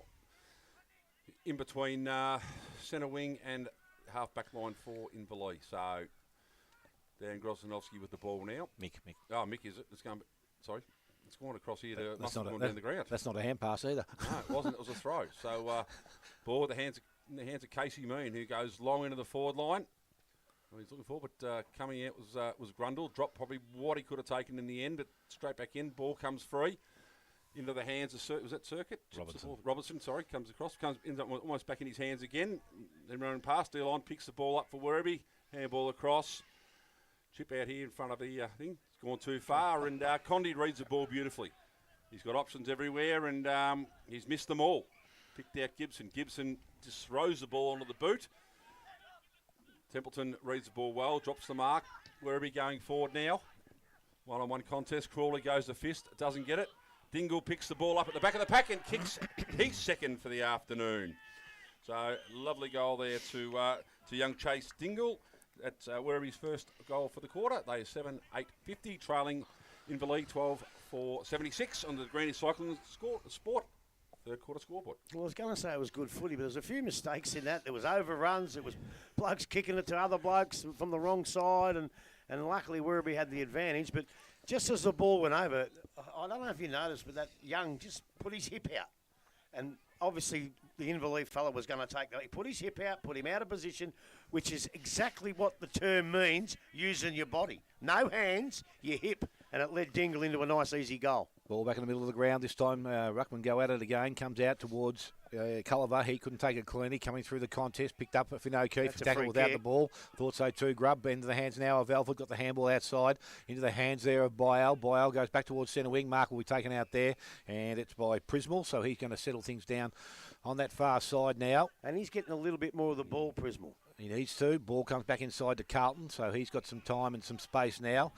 Player right across the ground if he wants to use me. He's going to go in that direction. Kick had to be good. Mays intercepts the ball, taps it to his own teammate's advantage. Picked up out there. And the player with that is Hussey. He goes back across the ground and will find Nicky Walsh. So Walsh now outside 50. His options are looking to back inside. Called on to play on by the umpire. Goes long back towards the full forward position. Sutton, good position. Takes the mark and will take some pressure off the defence of Werribee. Short kick. Game Brad Carlton into some space. Now, kick it long. To who? You come across here to two blokes. It's He's their going to game go plan, long. but it's not working. He's going towards Dingle, goes towards Grozdanovsky, ball at ground level. Gros goes down, tries to pick the ball up. Out the back it comes towards Linehan Cunningham. He picks the ball up. Kick was Great smothered smother. there. Good work there from Walsh. Going back after the ball again. They've got Kilby on hands and knees. Will it come out of the contest? No, it's not going to. Umpire says, let's get it back. I reckon he'll We'll go have a trick ball him up. then. You see, when they went down, the Inverleigh player from behind, he dragged the ball in under the Central's plate in the hope of getting the free kick, but the umpire was too clever. The ball thrown up by the umpire. Again, both players, they nearly got under the ball. Templeton tries a quick kick, couldn't get to. Well, that's that a throw. That was a definite scoop from there. We saw it the other night. Picked up out there. Culliver got the ball, goes back towards his teammate and Circuit on hands and knees, gives it to Grundle, goes outside to Robinson. Robinson on the left boot, gets boot to ball. He goes back towards the half-forward line. Welsh comes across, couldn't take the mark. Cleaning up the ball, Scotland went out the back door, looking for a teammate. Actually overcooked it, kicked off the ground there by Hussey, goes into their forward line. Nice trap there from Dixon. Spins, goes back inside with a handball. Has Mays on the left boot, some time and some space. And he will not finish it. Goes across the face, through for a minor score. 3-2 to that player. It's 12-5 for Inverleigh, and they lead Werribee on 7-8. 12 and a half gone. The Granny Cyclone Sports third quarter scoreboard. Culliver to bring We're the ball just in. getting used to it, Smithy. Don't worry about it. Culliver for Werribee. Plays on immediately, kicks it long to the outer side, 2-on-1 contest. Ooh, That's a might have free been interfered kick. with. I maybe thought it, but ball back to Donahue, who spills it. Miller He retarded him from going for the brought him football. down. The ball goes out in front of Miller for Werribee, so the umpire will throw it in. That has to be a free kick, doesn't it? When I you would've thought- I retard a would've thought bloke and not go for the ball yourself. It should have been an Inverleigh free kick. So Dixon and Daly to do the ruck work between centre wing and half forward for Inverleigh. Boundary umpire taking his time. Have a look at the pace of this water runner. He's killing it. Ball in. Finn O'Keefe overruns it. Dalton Grundle tries punch off the ground, but in the end, it's roll back over the boundary line. True centre wing position. We'll have another boundary line throw. I reckon the wind might be going that way, Dale. Just quietly. Which Straight way? across the ground. Straight across. Straight across, I think. The ball seems to be over there a fair bit. And ball coming in. Got Dixon versus Daly again. Dixon wins that one convincingly. Ball brought straight to ground. Wrapped up in a tackle. And now the central umpire can't have a go. So Boyle and Daly were the last two to let go of the pill. Dixon versus Daly. Dixon up over top. Daly wins the tap down, but only as far as Boyle, who tries to break through the pack, doesn't quite succeed. Well, that's a Umpires good paid a free decision. kick. I had that in the binoculars. He actually let it go as he was tackled after 2 steps. So that's a good decision. Fair enough. Werribee now looking to go forward. Short little chip over the top. Looking for Dingle. Goes over his head. Inverleigh now fighting for the ball. Almost on the half-forward line for Werribee. The umpire's going to come ball it up again. So we've gone from a very open first half to a bit of a dour struggle in the third quarter. So Mason Dixon to take on Daly. Ball in the air. Daly wins the tap down again. No clear winner. Dalton Grundle trying to burst through the pack. Ball spills free. Now wrapped up in a tackle again. We're going to have another ball up, I'd say. By that No, point. he's going to play holding the ball because he actually took a couple of steps before he got caught. I think he was a bit stiff, but I'll go with it. Robertson was the last man off the pack. The free kick against him. Werribee quick handball over the side. Left foot kick in. Looking for a teammate here in Stevens. Picks the ball up. Well wrapped up immediately. Ball spills free. Chip over the top is a nice little kick. So Inverleigh the big chance to relieve here from the back line. Kick over the top by McIntosh. Over the back. Good hands there. Running onto the ball is, who's that, number 30? That'd be Gorman. Can't pick it up. Does in the end. Handball's out. Kick in the middle here. Looking for and finding Miller. Miller went to play on, but he gets a handball away. Nice little play. Side step kicking long. Full forward's fallen over here. Crawley's on his own. And we'll take the result in chest mark. Go had plenty this side, but he's gone long, wide, looking for circuit. I think he's going to beat him out of bounds. He had plenty of options this side, not listening to his teammate. His coach not overly happy with him, Dale. He's going to wander down and might have a quick word when he's down this spot, maybe. Oh, well. Just a quick little... How many easy ones do you want, mate? You've had it easy all day. Yeah, well... Talking to the big fella, McCadden Walsh. He's about 3 weeks away and itching to go. He just can't stand watching it anymore. So he's about 3 weeks away. I seen your mate Shane Grundle at half time. He thought it was three-quarter time. He came up to me and said, he goes, I thought it was three-quarter time, Spide. Yeah, he also thought it was Sunday. Just waiting for the ball to be returned from about half a kilometre away here. That wind taking it almost down the driveway. Boundary umpire has the ball now. Dixon and Prisma will go at it. So Daly's obviously having a spell, or he's dropped the kick behind the play. They're in trouble, aren't they, without a run? Thrown in the air. So Prisma wins that one down in front. We're running on the ball, picks it up well, swings onto the right foot, looking for a target up forward. Crawley leads in the race, but that's almost a free kick holding the man, and the umpire's seen it. And that's Young again. Yeah, Young's been very lively. If he going back to have his shot at his fourth, he's got them worried down there, Grub. He has. So Ryan Young for Werribee, probably 20 metres out. That's the type of free kick I was calling for Inverleigh over there. If you retard a bloke going for the footy, he would have marked that, and he retarded him. So that one's a good decision. Yep. So Young deliberately kicked and has made an absolutely no mistake. Kicks Werribee's second goal for the quarter. Kicks his fourth for the afternoon. That takes Werribee to 8-8-56, trailing Inverleigh 12-5-77. The Grandy Cycle and Sport third quarter scoreboard. Well, that's one of the few goals that's come without a centre clearance, because normally, eventually, down here, Inverleigh are about to clear the ball, and they've cleared it most times. But at that stage, a good kick in, and as I say, he was going to mark it, I think, and the Inverleigh defender decided, well, it's worth the risk, and the umpire was too good and picked the free kick out. And yeah, he's a good kid. He looks like a good kid. Find anything about him, mate? No, I didn't even go in. Didn't ask Bucky we were over there? No. I had a few people come up to me and ask me this and ask me that, and I said, I've had enough. I didn't even eat. There's no way to me. Ball back in the middle of the ground, over the top. Wilson gets the ball down. Carlton's looking to run onto the ball, picks it up now, got boot to ball just in time. Meehan just over the top of the fingertips there. Oh, nice work there by Chesterman, puts it into the half-forward line, Spall from behind. Filling up the work there was Meehan, did that nicely, That's got back to the ball. He's in a bit of trouble now. Umpire says he has given that away, and Chesterman now will go back and shoot for goal. I think he's in range too. He gets the handball off, went to Benny Leonard. I think that might have been a little bit wasted. That ball goes into the forward line again. Mark not taken out there at ground level. Tackle laid by Templeton. Umpire said no prior opportunity there. I think Chesterman might have thought he was just out of his range. I don't know from there. If he gives it, then he can run 5 or 6 metres, but he couldn't. So the ball thrown up by the umpire. Wilson over the top, tapped down by Templeton, went to Dingle, dropped the tackle, then kicked the ball back towards the full forward position, over the top. Mark is not taken, ground level, picked up there by Circuit. Linehan Cunningham, he sits over the top of the ball, picked up there by Condi, handballs to Donahue. Donahue goes quickly outside 50. Mark not taken out there. Belamachevsky got the handball away. He missed his target, but he had support there. He went back and got it again. Ball was stripped out of his hands, and right on the centre wicket, the players will sit over the top. Umpire's watching, and says, Give it to me. me. Back to me. It's when he starts dropping his knees, you know you're in trouble, but he didn't drop the knees there, Dup. That was like a one-on-one rugby league strip, that one, wasn't it, from Brisbane? Fantastic. So Wilson doing the ruck work. I'm not too sure who's doing the... Brisbane. It is Brisbane doing the ruck work. Ball comes out of the contest. Mays goes back to Grundle. Grundle quick out wide. Mark is good out there, and it's McIntosh. So McIntosh on centre wing far side. Just looking at his options. Not too much movement, by the way. He's looking at moving the ball. Asked to play on now by the umpire. He kicks the ball now and goes long into their forward line. Wilson is down there. Can't take the mark. Front of the contest. They clean up. Might have been Miller that got the ball out, and the mark has been taken outside 50 by Gibson. Gibson on centre wing. He hasn't looking at his option. He's going to come back in the middle of the ground. Oh, No, he decides to go longer this time. Goes towards Dingle and Templeton, but he actually hit Templeton right in the chest. And he will take the relieving mark for Inverleigh. So Templeton now, he just holds things up. Again, goes back towards centre wing. Meehan in front. Again, I thought that was probably the same thing there. It's held back from the contest, but it's Chesterman, I think, got the ball back into their half-forward line, running onto the ball. Again, Dingle just needs to trap it. Couldn't do so.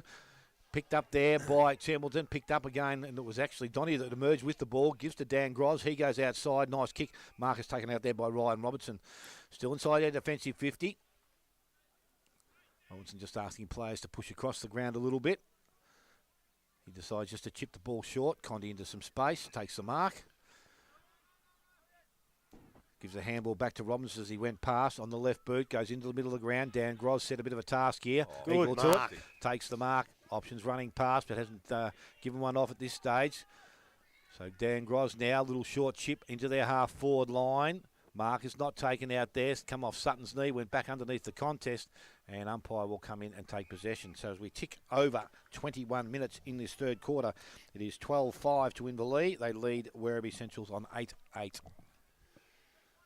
got Casey Mean putting his hand up to take the ruck contest here against Daly's down there as well. Oh no, Prismal uses the body, almost wins the ball, bounce over top, handball over top. Is that Gibson running through now? Chesterman with the ball. He's handball himself. De Leon breaks away. Nice little kick, but the mark was spilt there by Snow. John Snow. Grundle over to Donahue. Donahue handballs the ball to Poodle. Poodle back to Donahue on the left. It's a nice, neat little kick. Oh, cruel bounce for Hussey there, but didn't attack the footy. Sat and waited for it. Picked up here by Gibson. Goes long down the line. Trapped beautifully here by Dan Groz. Gives it back to Sonny, no, sorry. Templeton over to Meehan. Meehan on the left. Looking for anyone in particular. No one wanted it. Ball spilt. Hits the ground. Running out of bounds. No. Kept in here by Werribee. Fantastic play. Now it's off the boot of Leonard. A bit like his kick for goal a minute ago, mate. Just skewed off the side of the boot and boundary line throw in. So it's become a bit of a scrap now. Skills have dropped off a little bit, but anyway, boundary up. I bring the ball back in. Got Wilson versus Prismal. Prismal holds a front spot. Wilson comes over top with fist forward. Gains probably 15 metres through team. Circuit swings around onto the right foot, looking for an option. Goes long towards the square. Coming out, Dixon drops the mark. Picked up there by Kilby. Kilby gets a handball. Ball's falling out. Welsh running onto it here. 25 out from his own goal. Went to struggle tackle. Gets a handball across to Young. Young swings on the right foot. Snaps around the corner, but must have been touch play on. Umpire's called it. What is he looking for? He's looking at it. He's looking at it. No. I thought he was gunner then. I thought, no. More theatre in the umpires. Blow the whistle, get it on, move the ball on quickly. About 20 metres out from the Inverleigh goal. Ball a bit thrown up. We've got Dixon and Prismal. Ball goes up. Dixon wins that one down, but only as far as Kilby. Kilby gets through. Ball has fallen free. Sutton on the last line of defence for Werribee takes the easy chest mark. Plays on quickly to Culliver. Culliver looking for options down the ground. There's not too many, so handballs the ball over the top, gets the ball back from Stoic, and turns the ball over. Mick Grozanowski, either mark or a free kick, and it's been paid for too high. So Mick Groz, what have we got here? Is it 50-metre penalty. That'll take him right to the goal line. What did he do? I didn't see it, mate. Give him a whack. Was that a Give him a whack, did he? There was no need for it. Well, umpire thought not either. So, wouldn't have kicked too many in his career, would he, Mick Gross? I wouldn't have thought. Spent most time across half-back flank. He's going to be kicking from about, 10 metres out on a 45-degree angle. Was that inside the 50? No, it was just outside, I think, mate.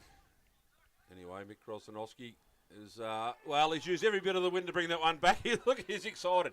A bit like Joel Selwood was in the grand final last year. That is Inverleigh's 13th. They go to 13.583, leading Werribee 8.858 on the Grandy Cycling Sport third quarter scoreboard. Hard to tell whether it was tired football or selfish football, but Culliver came out looking for someone, and there was no one there. So he gave a handball, got it back, and not one person in the middle of the field moved to where he had to kick it. He couldn't kick it anywhere else. He had to kick it, and the Inverleigh blokes, they made their way where he had to kick it. So they were always going to get the football. And I just think some of these blokes who are sitting around the middle, they had to make a lead, and they had to make a contest out here. So ball back in the middle of the game. This time Wilson gets the ball down, went to O'Keefe. He was tackled, brought down in that contest. No prior opportunity. Umpire to come back in, and he will start proceedings again with another ball up to take place. This time Daly up over the top, knocks the ball down, goes towards Meehan, takes possession of the ball, sits over the top of it, might be in a little bit of trouble. The ball comes out, thank God for that, into the hands now of Condi. He goes across the ground, that's a nice bladed kick into the hands of Walsh. Walsh back inside to McIntosh, quickly into the forward line, Circuit in some space. Actually, it was Young in some space by himself, and he has taken the mark, and he can go back. Look at his fourth goal of the afternoon. Paddy Daly with a bit of a head bandage on there, mate, at the moment too. Oh, so that's where he's been. They're in real strife when he goes off.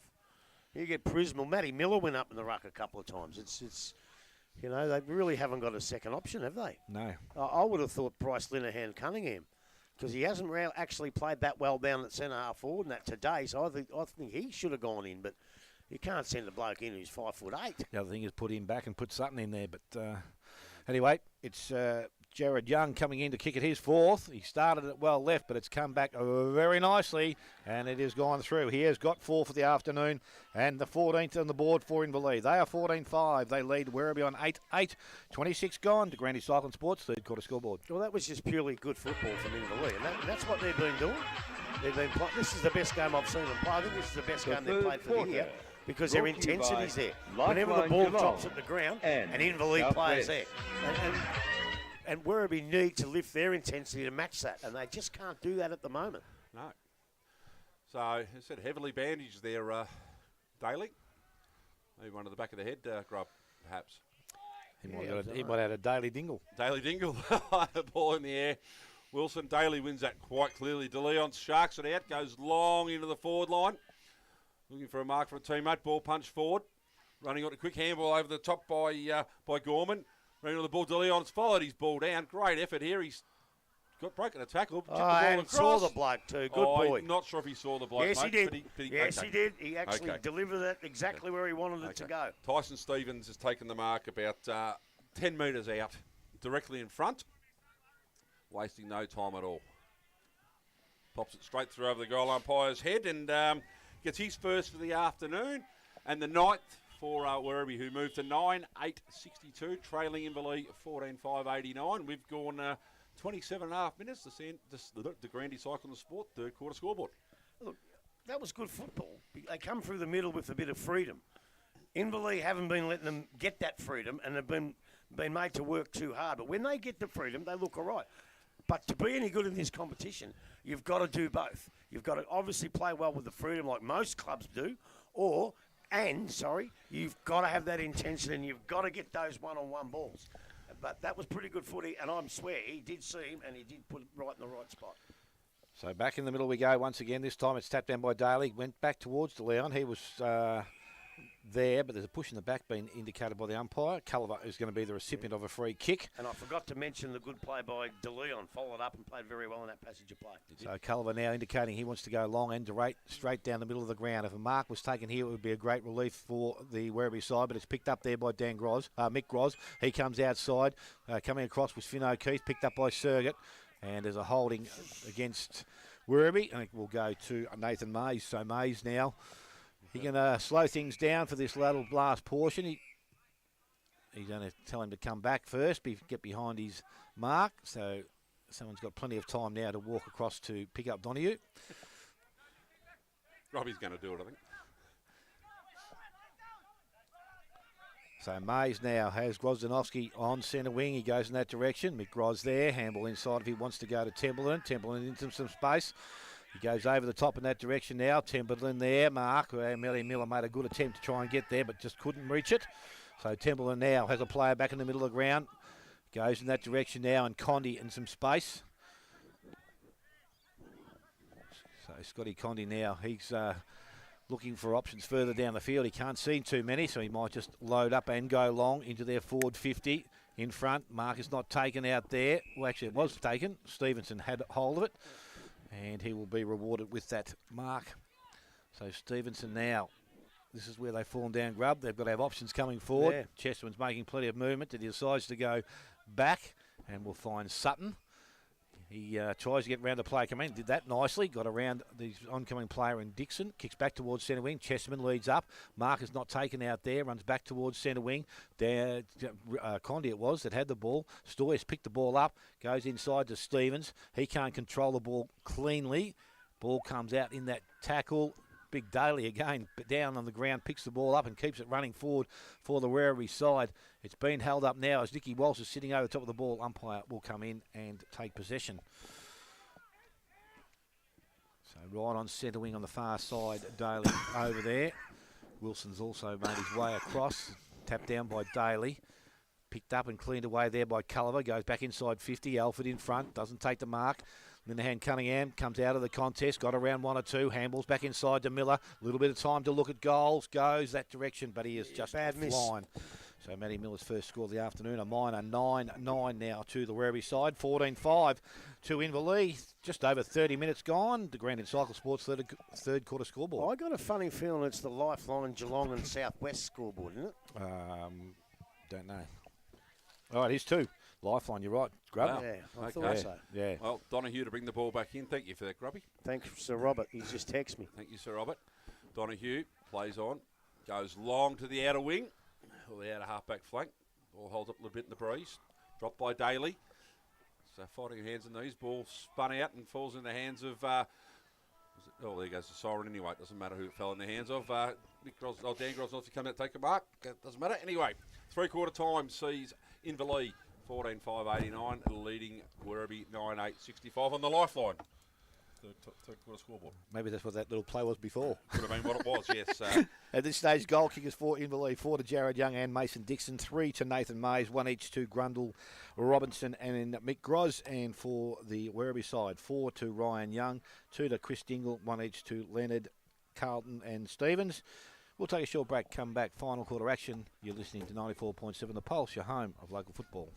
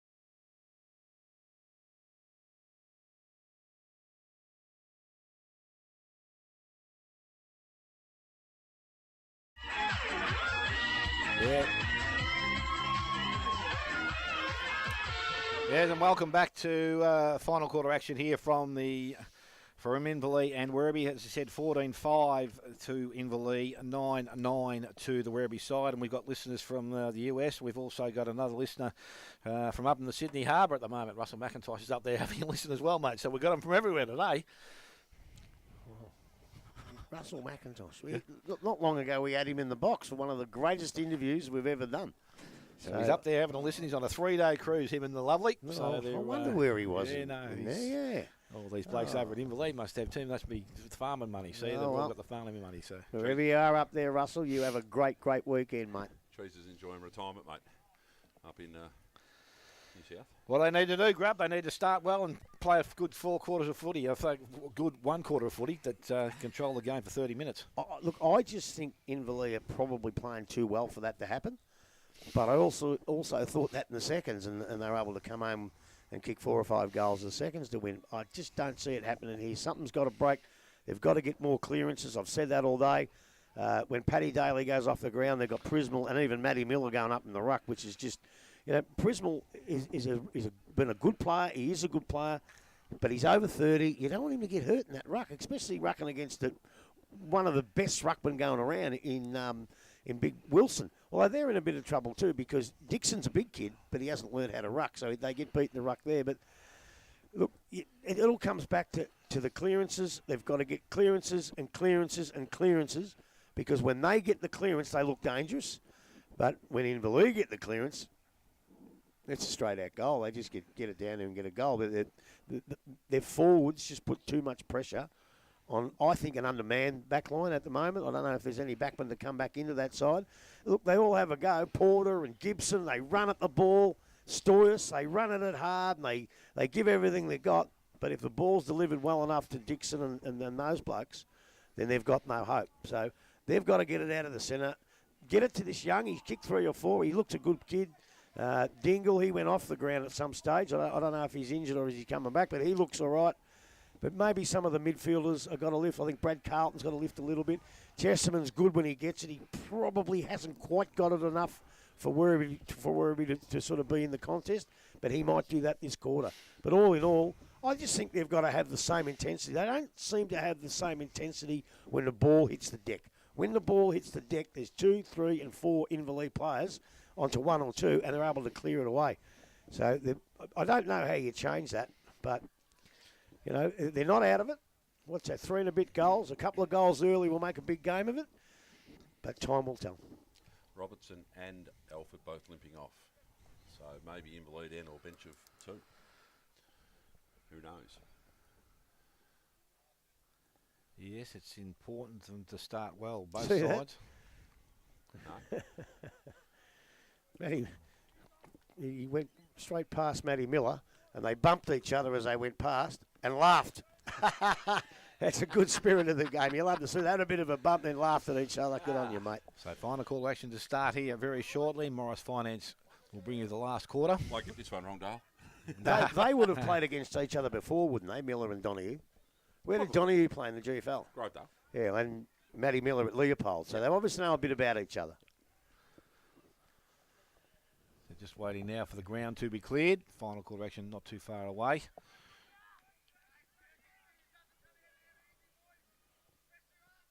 Umpire is still looking. I don't think there's too many players or anything on the ground. Thumbs up from one umpire, so we're ready to go. Final quarter action, as I said, it's a must-win game for Inverleigh and Werribee again. Would love to have another kill on the road, and the ball has been thrown up by the umpire. Daly gets the ball down again. Clearance has been important. Chesterman came through, couldn't pick it up. Byell does. He is tackled by Daly. We're going to have a repeat with the ball to be thrown up by the umpire. Not too far from the centre circle. So Wilson, both ruckman going at it. Again, Daly probably over the top of him this time at ground level. Meehan's there, tries to be ripped out of his hand there by Circuit. And umpire calls for it once again. Again, ball quickly into the air by the umpire. Comes out, Culliver. Little boot into the half-forward line. Snow leads in the race for the ball. Takes the ball, got the handball away. Miller through the contest, puts boot to ball. Handball over the top from Carlton was okay. Into the hands of Dingle. Looks for these options in the running player. Culliver can't bring the ball back far enough. Ball's going to land in the square. Actually runs through for behind.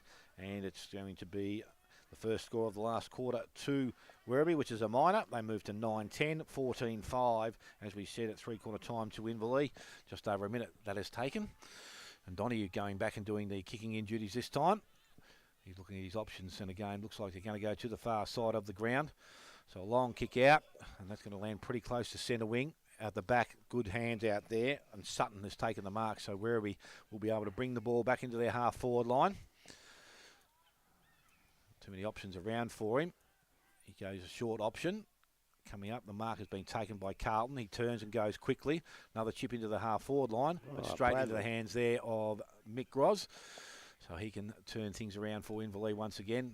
They've got players back inside. But he's going to go back to where the ball came from pretty much. Again, Sutton up and down. Couldn't take the mark. Picked up out there. I reckon that was Meehan. Got the handball out. Runs through the contest now. And again, Culliver looks like he's going to run on, take possession. Goes back by hand. Gets it back to his teammate there in Gibson. He goes back towards centre wing. Actually, the two Werribee boys stood and looked at it there for a little while, but decided that Sutton would take the mark, and only just completed that as Casey Meehan arrives. If he did. I think he did. That was very close. So Sutton again from centre wing. Need to take a few chances, I would think, to get the ball running. He comes back inside. That kick will be okay because Stevenson is there, and has got a bit more of the ground to work with now. He's going to go back to where it came again. So again, back to Sutton. Meehan comes up. He goes short around the boundary line. Ooh, Mark was only just taken out there. I think that is Scotland, is it? So he looks to play on now, and he goes a bit longer now into their forward line. In front, Mark is not taken out there. There was a good attempt from behind there by Gorman. Ball comes out, and again, Inverleigh look like they've got the numbers around the contest. Picked up. Back to Templeton by hand. He puts the ball down that goes over the boundary line. Going to have a throw-in which will take place. 3 minutes into the final Morris Finance final quarter. It is 14-5 to Inverleigh, 9-10 to Werribee. So Wilson and Prism, what looks like, doing the ruck. So Daly's been off the ground again. So up the ruckman go. Wilson wins that one. Ball hits the deck. Wrapped up immediately. Not going anywhere is Finn O'Keefe. Wrapped up by Prismal. Umpire says, I'll have the ball. Right on the 50-metre line, Werribee's attacking zone.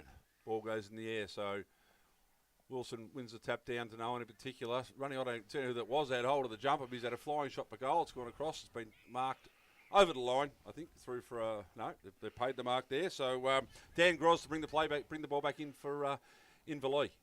He's played on, going to the defensive side of the ground, where most of the ball's been. Looking for Wilson. Wilson flies, and he's been paid the mark. Probably had that long enough. But anyway, so Wilson, centre half back for on the half back flank for Inverleigh, looking at his options. Nice little chip over the top. Finds Templeton. Templeton now looking further down the ground. Not a lot of movement. Must be a bit tired, but he's gone long down the line. Casey Meehan threw the hands up in the air. Meehan flies and takes a very, very good grab. Contested grab. But Dixon over the back. But he's fallen a bit short. Young goes for the ball. Tapped on here by, was it Finn O'Keefe running through the ball? Could have gone the other way a step earlier. I think he might have put a bit of a shepherd on there. But the free kick has fallen into the hands of Matt Miller. Matt Miller for Werribee now. 40 metres out from his own goal. Nice little short one across there to Stevenson. Stevenson plays on immediately. Looking down the outer side for De Leon. Ball goes over his head. Picked up there by Matty Hayes. Feeds it out. Werribee with the ball now. Handball forward. Finn O'Keefe running on. Picks it up. Looking at his options. Handballs into Donahue. Donahue goes to spiral. And what a magnificent kick that is. It's going to fall over the back of the pack. Running onto it was Gruntle. Handballs over to Hayes. Hayes over the ball to Hussey. Hussey running into goal and has kicked it. James Hussey with his first of the afternoon. The first of the last quarter. The 15th to the home side Inverleigh. They are 15-5-95 leading Werribee, who are 9 goals, 10-64 on the Morris Finance final quarter scoreboard. You've got to love that Donahue kick, don't you? You just put everybody out of position. In the end, it's got to bounce for you, but it did, and a good goal. East Geelong 17-7, 109. Belmont 6-4-40. And Bannockburn 7-13 are leading Geelong West Giants 7-6. That's 55 to 48. Not much in that one. Beautiful. Well, Daly back bloody well went there. Daly back on the ground now. Daly and Wilson in the middle.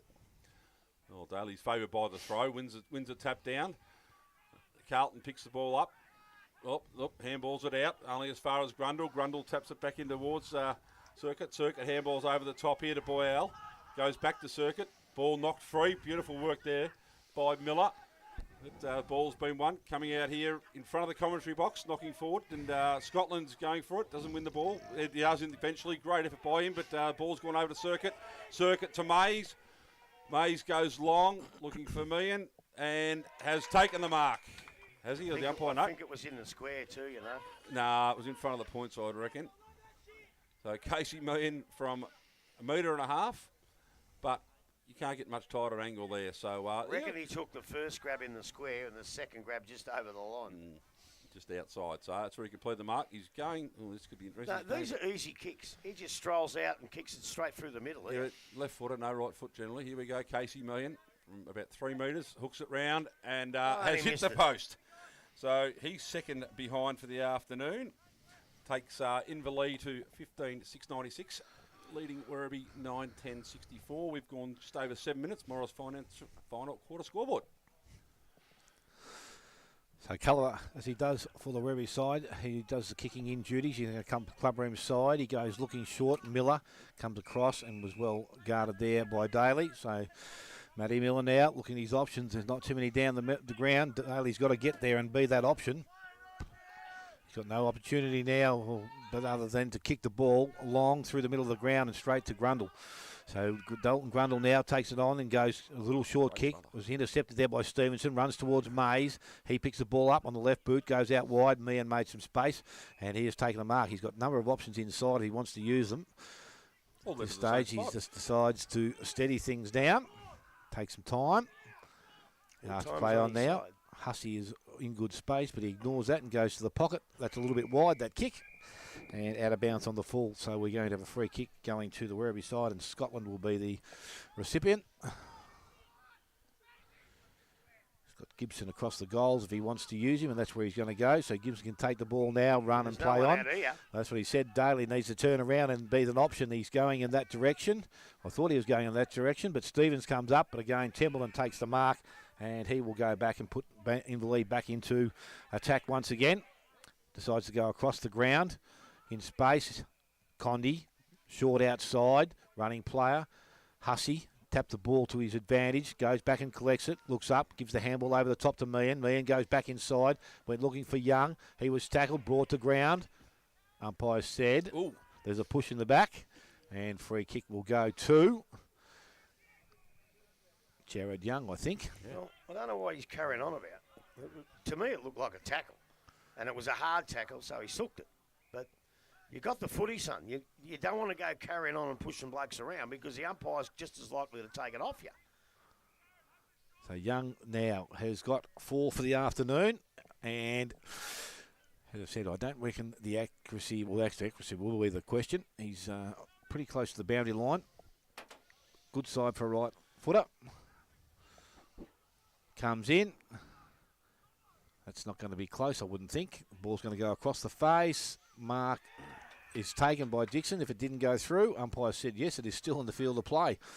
So Mason Dixon now has an opportunity. He plays on quickly. He goes round the body, and he has brought it back nicely for his 5th goal of the afternoon and the 16th now for Inverleigh. They are 16-6, 9-10 to Werribee. 10 minutes gone. Final quarter. Morris Finance scoreboard. Well, we've got to find a fat lady. We've got a couple of fat blokes in here. Now we've got to find a fat lady because she's over. I think well and truly. We haven't got a fat lady. We better get you to sing, Spot. Well, go on. No one wants to hear me sing, mate. We want listeners. No one turning off. Thanks, Jules.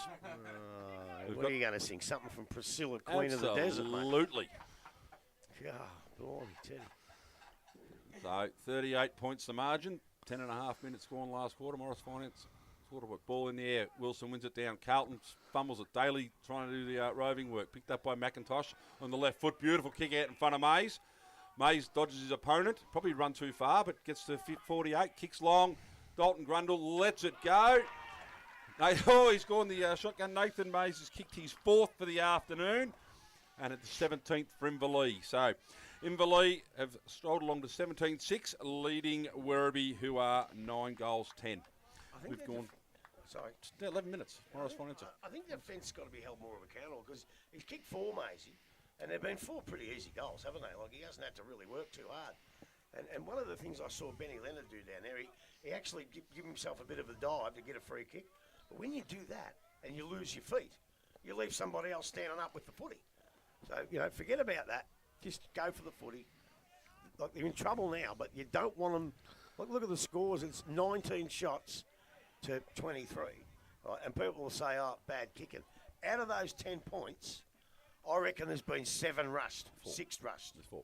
Nah, there's more than that. I got 5. Oh, you got 5. I had 5. I gave a point. I had 5 until that last one. So I reckon 6. So it's not bad kicking, bad football. It's just that they've been beaten all over the ground in just about every aspect, really, when you look at it. So Mason Dixon looks like he's going in to do the rough work now.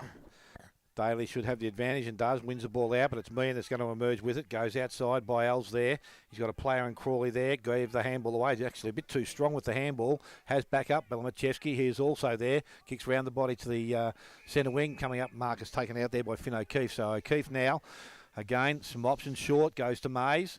And he is now going to get the ball and play on quickly. His kick is low and flat. De Leon didn't take the mark, went to Daly. Daly looked at the ball out. It was intercepted there by McIntosh. Into the hands of Circuit. Now to Robertson. Robertson goes into the forward line. Grundle in front. He takes the mark. He's got Hussey over the top if he wants to use him. Decides to go quickly into the forward line. Ball bounces in the favour of Gorman, I think it is. Or sorry, Gibson. Gibson. Robertson did a bit of feint work there. Gives the ball to Mays. Mays on the banana. Goal! And Nathan Mays has his 5th of the afternoon. That's 18 for the Inverleigh side. 18-6, they lead Werribee 9-10. 13 minutes gone. Morris Finance final quarter scoreboard. You see young Gibson there, exactly what I said earlier. A lot of eagerness, a lot of keenness, attacks the ball 100%, but he just didn't take it with him. And against good sides, you've got to take it with him, because then they can kick whatever that idiot just said. I can't believe a bloke of his standing would make a complete fool of himself by calling it. I'm not even going to say it. I am not even going to say it. If you don't take it with you, mate, at least keep it in front of you.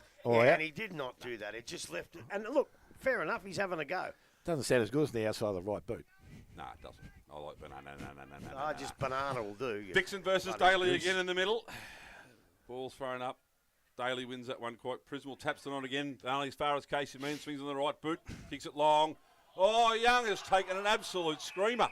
After he pushed him Handballs the ball over to Robertson. Robertson lines up and has missed to the near side. So that's his 1 goal, 1 for the afternoon to Ryan Robertson. Inverleigh moved to 18-7 to 9-10 on the Morris Finance final quarter scoreboard. We've gone just over 14 minutes. Ball boarding quickly towards Sutton. Sutton takes the mark, plays on, looking down the line for somebody hitting. Mongrel punt. Dalton Grundle fists it forward. Hands it up by Finn O'Keefe. Goes long to Templeton. Templeton looking to the square. And I'll tell you what, he has kicked a goal. It's party time now. Jacob Templeton off the half-back flank kicks his first goal. And 5th for the quarter to Inverleigh. So they are streaking over this game. 19 goals, 7 to Werribee, who are stuck on 9 goals, 10. Morris Finance final quarter scoreboard. Well, this was something that I hope really wouldn't happen. I just think the way Werribee have played the game, I reckon they've been about a 3 or 4 goal on the deficit side all day. And if they go on and lose by 3 or 4 or even 5, I think that's probably they cop what they deserve. But when they stop running like this, and they can going to get beat by 10 goals if they're not happy, if they're not careful. And you don't want that. If you're going to play finals football, you don't want to get beat by 10 here today. And they're going to. There's that That's train Siren? grub. Ball Siren? from the ruck contest. Brisbane picks the ball up, got the handball out again, didn't get to clearance, goes to Byle. Byle back to Condy. Condy on the right boot. That ball went as high as it did long. Goes towards centre wing. Mark not taken out there, picked up there. Chesterman, little dab at the ball was okay. Found Prismal, got the way to Carlton. Carlton now runs in, kicks long into their forward line, looking for their forward in Young. He can't come out, take the mark. Picked up there. I think that was Grundle, got the ball out the back. Went to Mick Gros. He couldn't take control of it. Again, it's going to be Dan Gros this time. Handball over the top to Donahue. A little bit of time and space goes short, and we'll find McIntosh. He will take the mark right at the centre half back position. So McIntosh now. Oh, he's paid 50. For? Well, I don't know if you said it was late contact, but what could the big fella do? I don't nothing think. in it. No, there wasn't. So he's got to go from 50 to 50. Now he's given another 50. So McIntosh will go back, and from centre half back, he will have a shot at goal. So he will go from being a mile out to be right on the goal line, and McIntosh will be an additional goal kicker for Inverleigh. He gets his first goal of the afternoon, and now it is 20 goals. 20 goals, 7, 9 goals, 10. We have gone 16, almost 70 minutes, final quarter. Morris Finance scoreboard. Well, if I comment on that rubbish, I'll get thrown off the radio forever, so no comment. He's kicked that 130 metres, Dale. Yes. There we You go. don't know what happened on the second one, but if that first one was contact, It had to have been over. I'm not commenting on it. I'll get thrown off. Had to the be radio. over the mark, I would have thought, Rob, but Disgraceful. wasn't contact. Wasn't contact. So 130 metre kick. So anyway, we've gone. Dale said 17 minutes just ticking over in the final quarter here. Morris Finance scoreboard. Ball handed back to the umpire. Who have we got in the ruck now? We've got another change. Have we got Crawley in the ruck now against Daly? So third option for the day. So Crawley up against Daly. Crawley jumps. Daly wins the ball down, but overruns everyone overruns it. Ball's picked up out there by Keith. No, De Leon picks it up, bursts through. Beautiful bit of play onto the right foot, kicking it long for Werribee. Man in front, spoiled. Or perhaps a little bit too high there. The umpire's seen that one.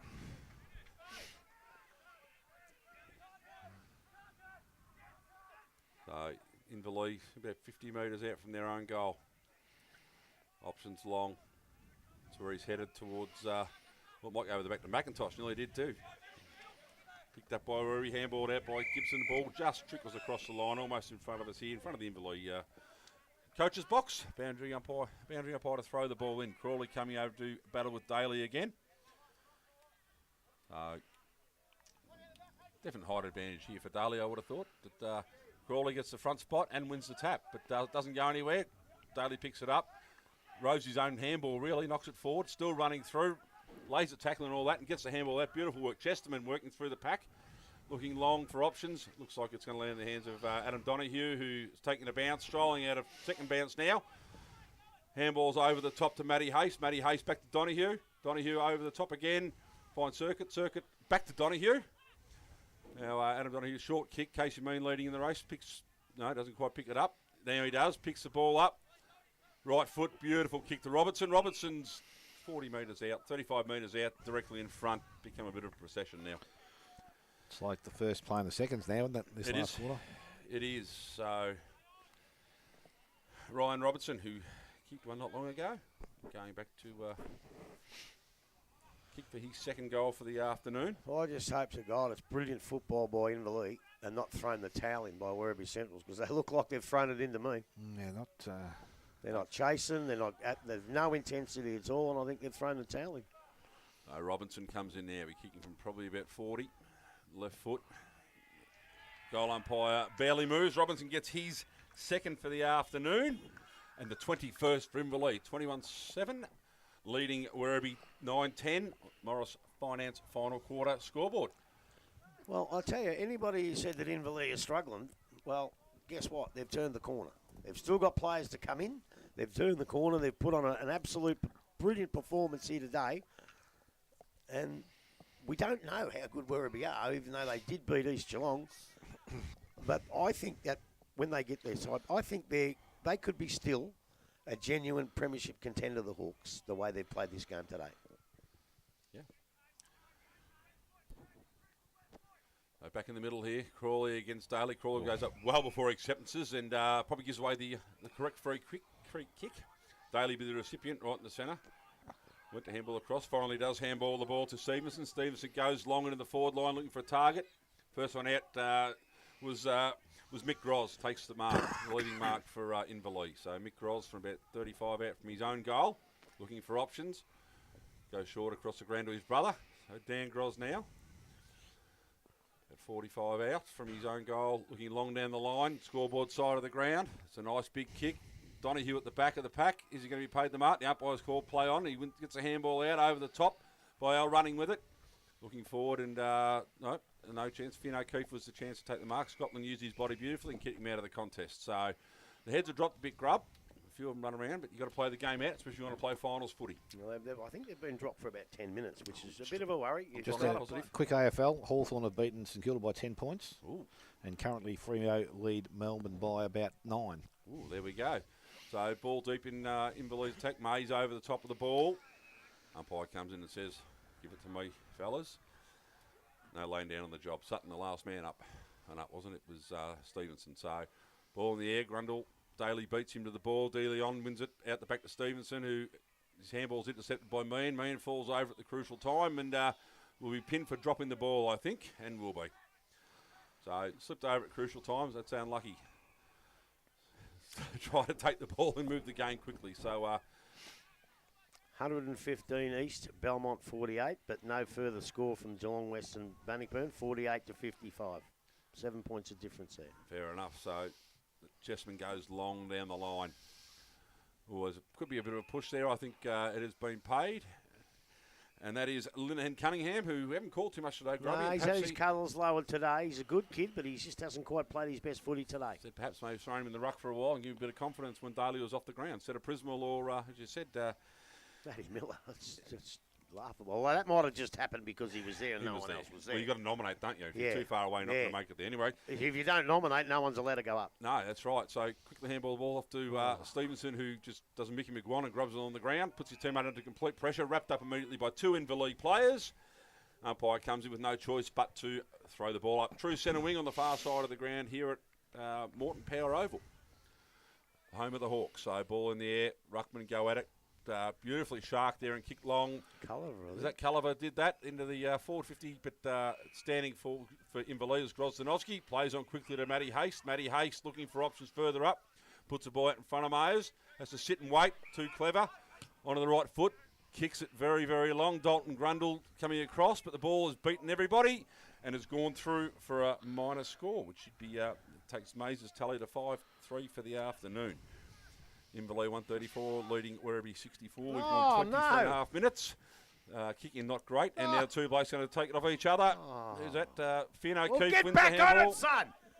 Ball's forward out. Bump to the heads there by everybody. This has gone a long way up in the air and could possibly be out of bounds on the full. And the umpire said no, it bounced right on the line. You actually see the mark where it landed. So perhaps the wind worked there. Grubb kept the ball in. But a horrible kick in from... Well, went straight over. What I don't understand is he's stuffed it up and he's come and stood over the boundary line and just stood there with the back to the play. Get back in there and fight for it, son. No second. Jesus. So Crawley versus Daly, right in front of the commentary box here. Crawley holding his spot well, wins the ball down, goes after his own. Condy gets a handball out there.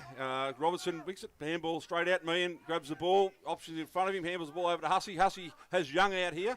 Young do it, turns on. Handball over the top, goes over the top of O'Keefe's head.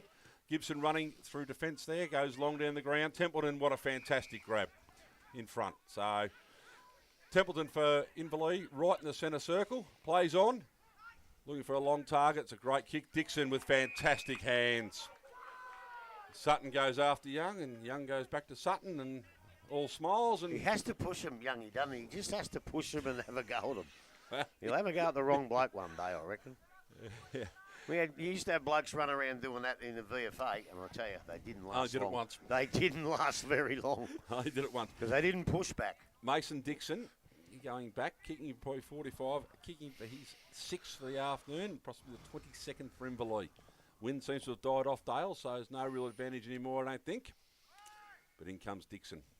Very, very deliberate. Crosses the 50-metre line onto the boot.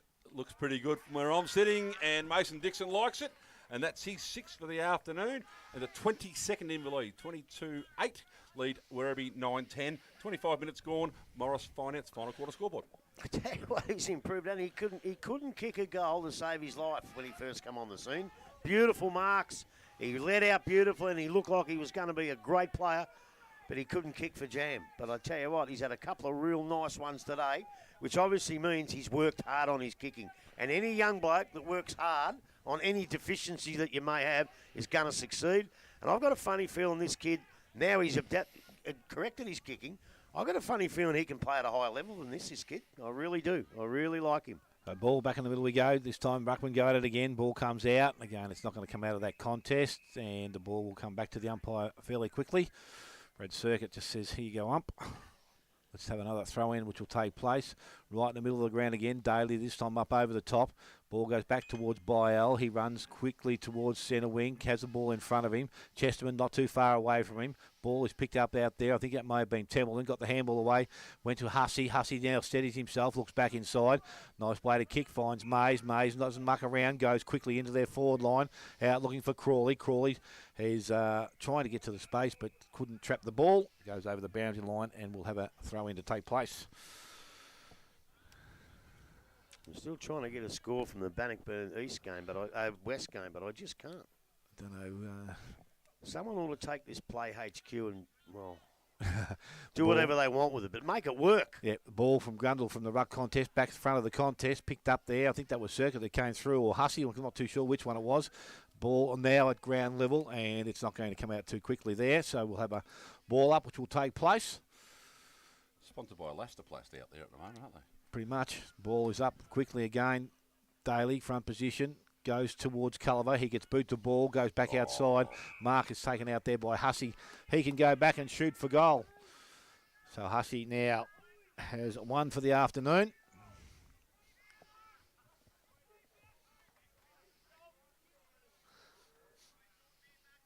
And has his sight set on his second as he's going to kick from just inside 50. Player leads up. It's Grundle. Bit of strength just comes out, takes the mark.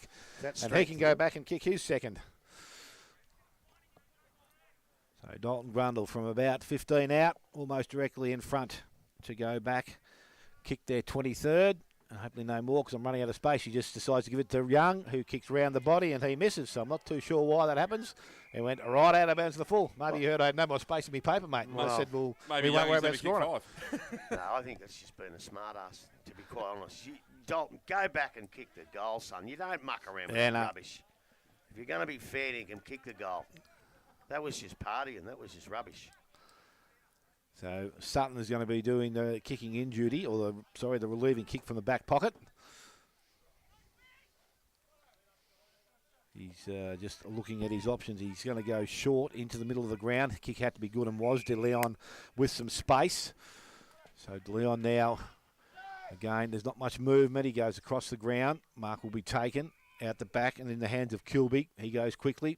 Bit of movement. That was a good pair of hands out there. Stevenson takes the mark. Decides to play on again, goes short. Daly over the top of his head. Mick Groz is out, reads that nicely, puts boot to ball. They bring the ball back the other way, but it's going to fall back towards Stevenson. He actually didn't take the mark ball well. It's over the boundary line now, and we will have a throw in on the far side. 29 gone, final quarter. Mora Finance scoreboard. It sees Inverleigh at 22 goals, 8. Good kicking today, 9-10 to the Werribee side. All right, ball comes in. We've got Dixon versus Daly. Daly wins that one down, but Circuit bursts through, goes short to Crawley. Unfortunately, he's well done, picked it up beautifully. That is O'Keefe, quick kick across the face of goal. And Finn O'Keefe registers his first score for the day. So Inverleigh 22-9, 141, leading Werribee 9-10-64. We're on nearly 30 minutes. Yeah, well, they've kicked 22 for the day.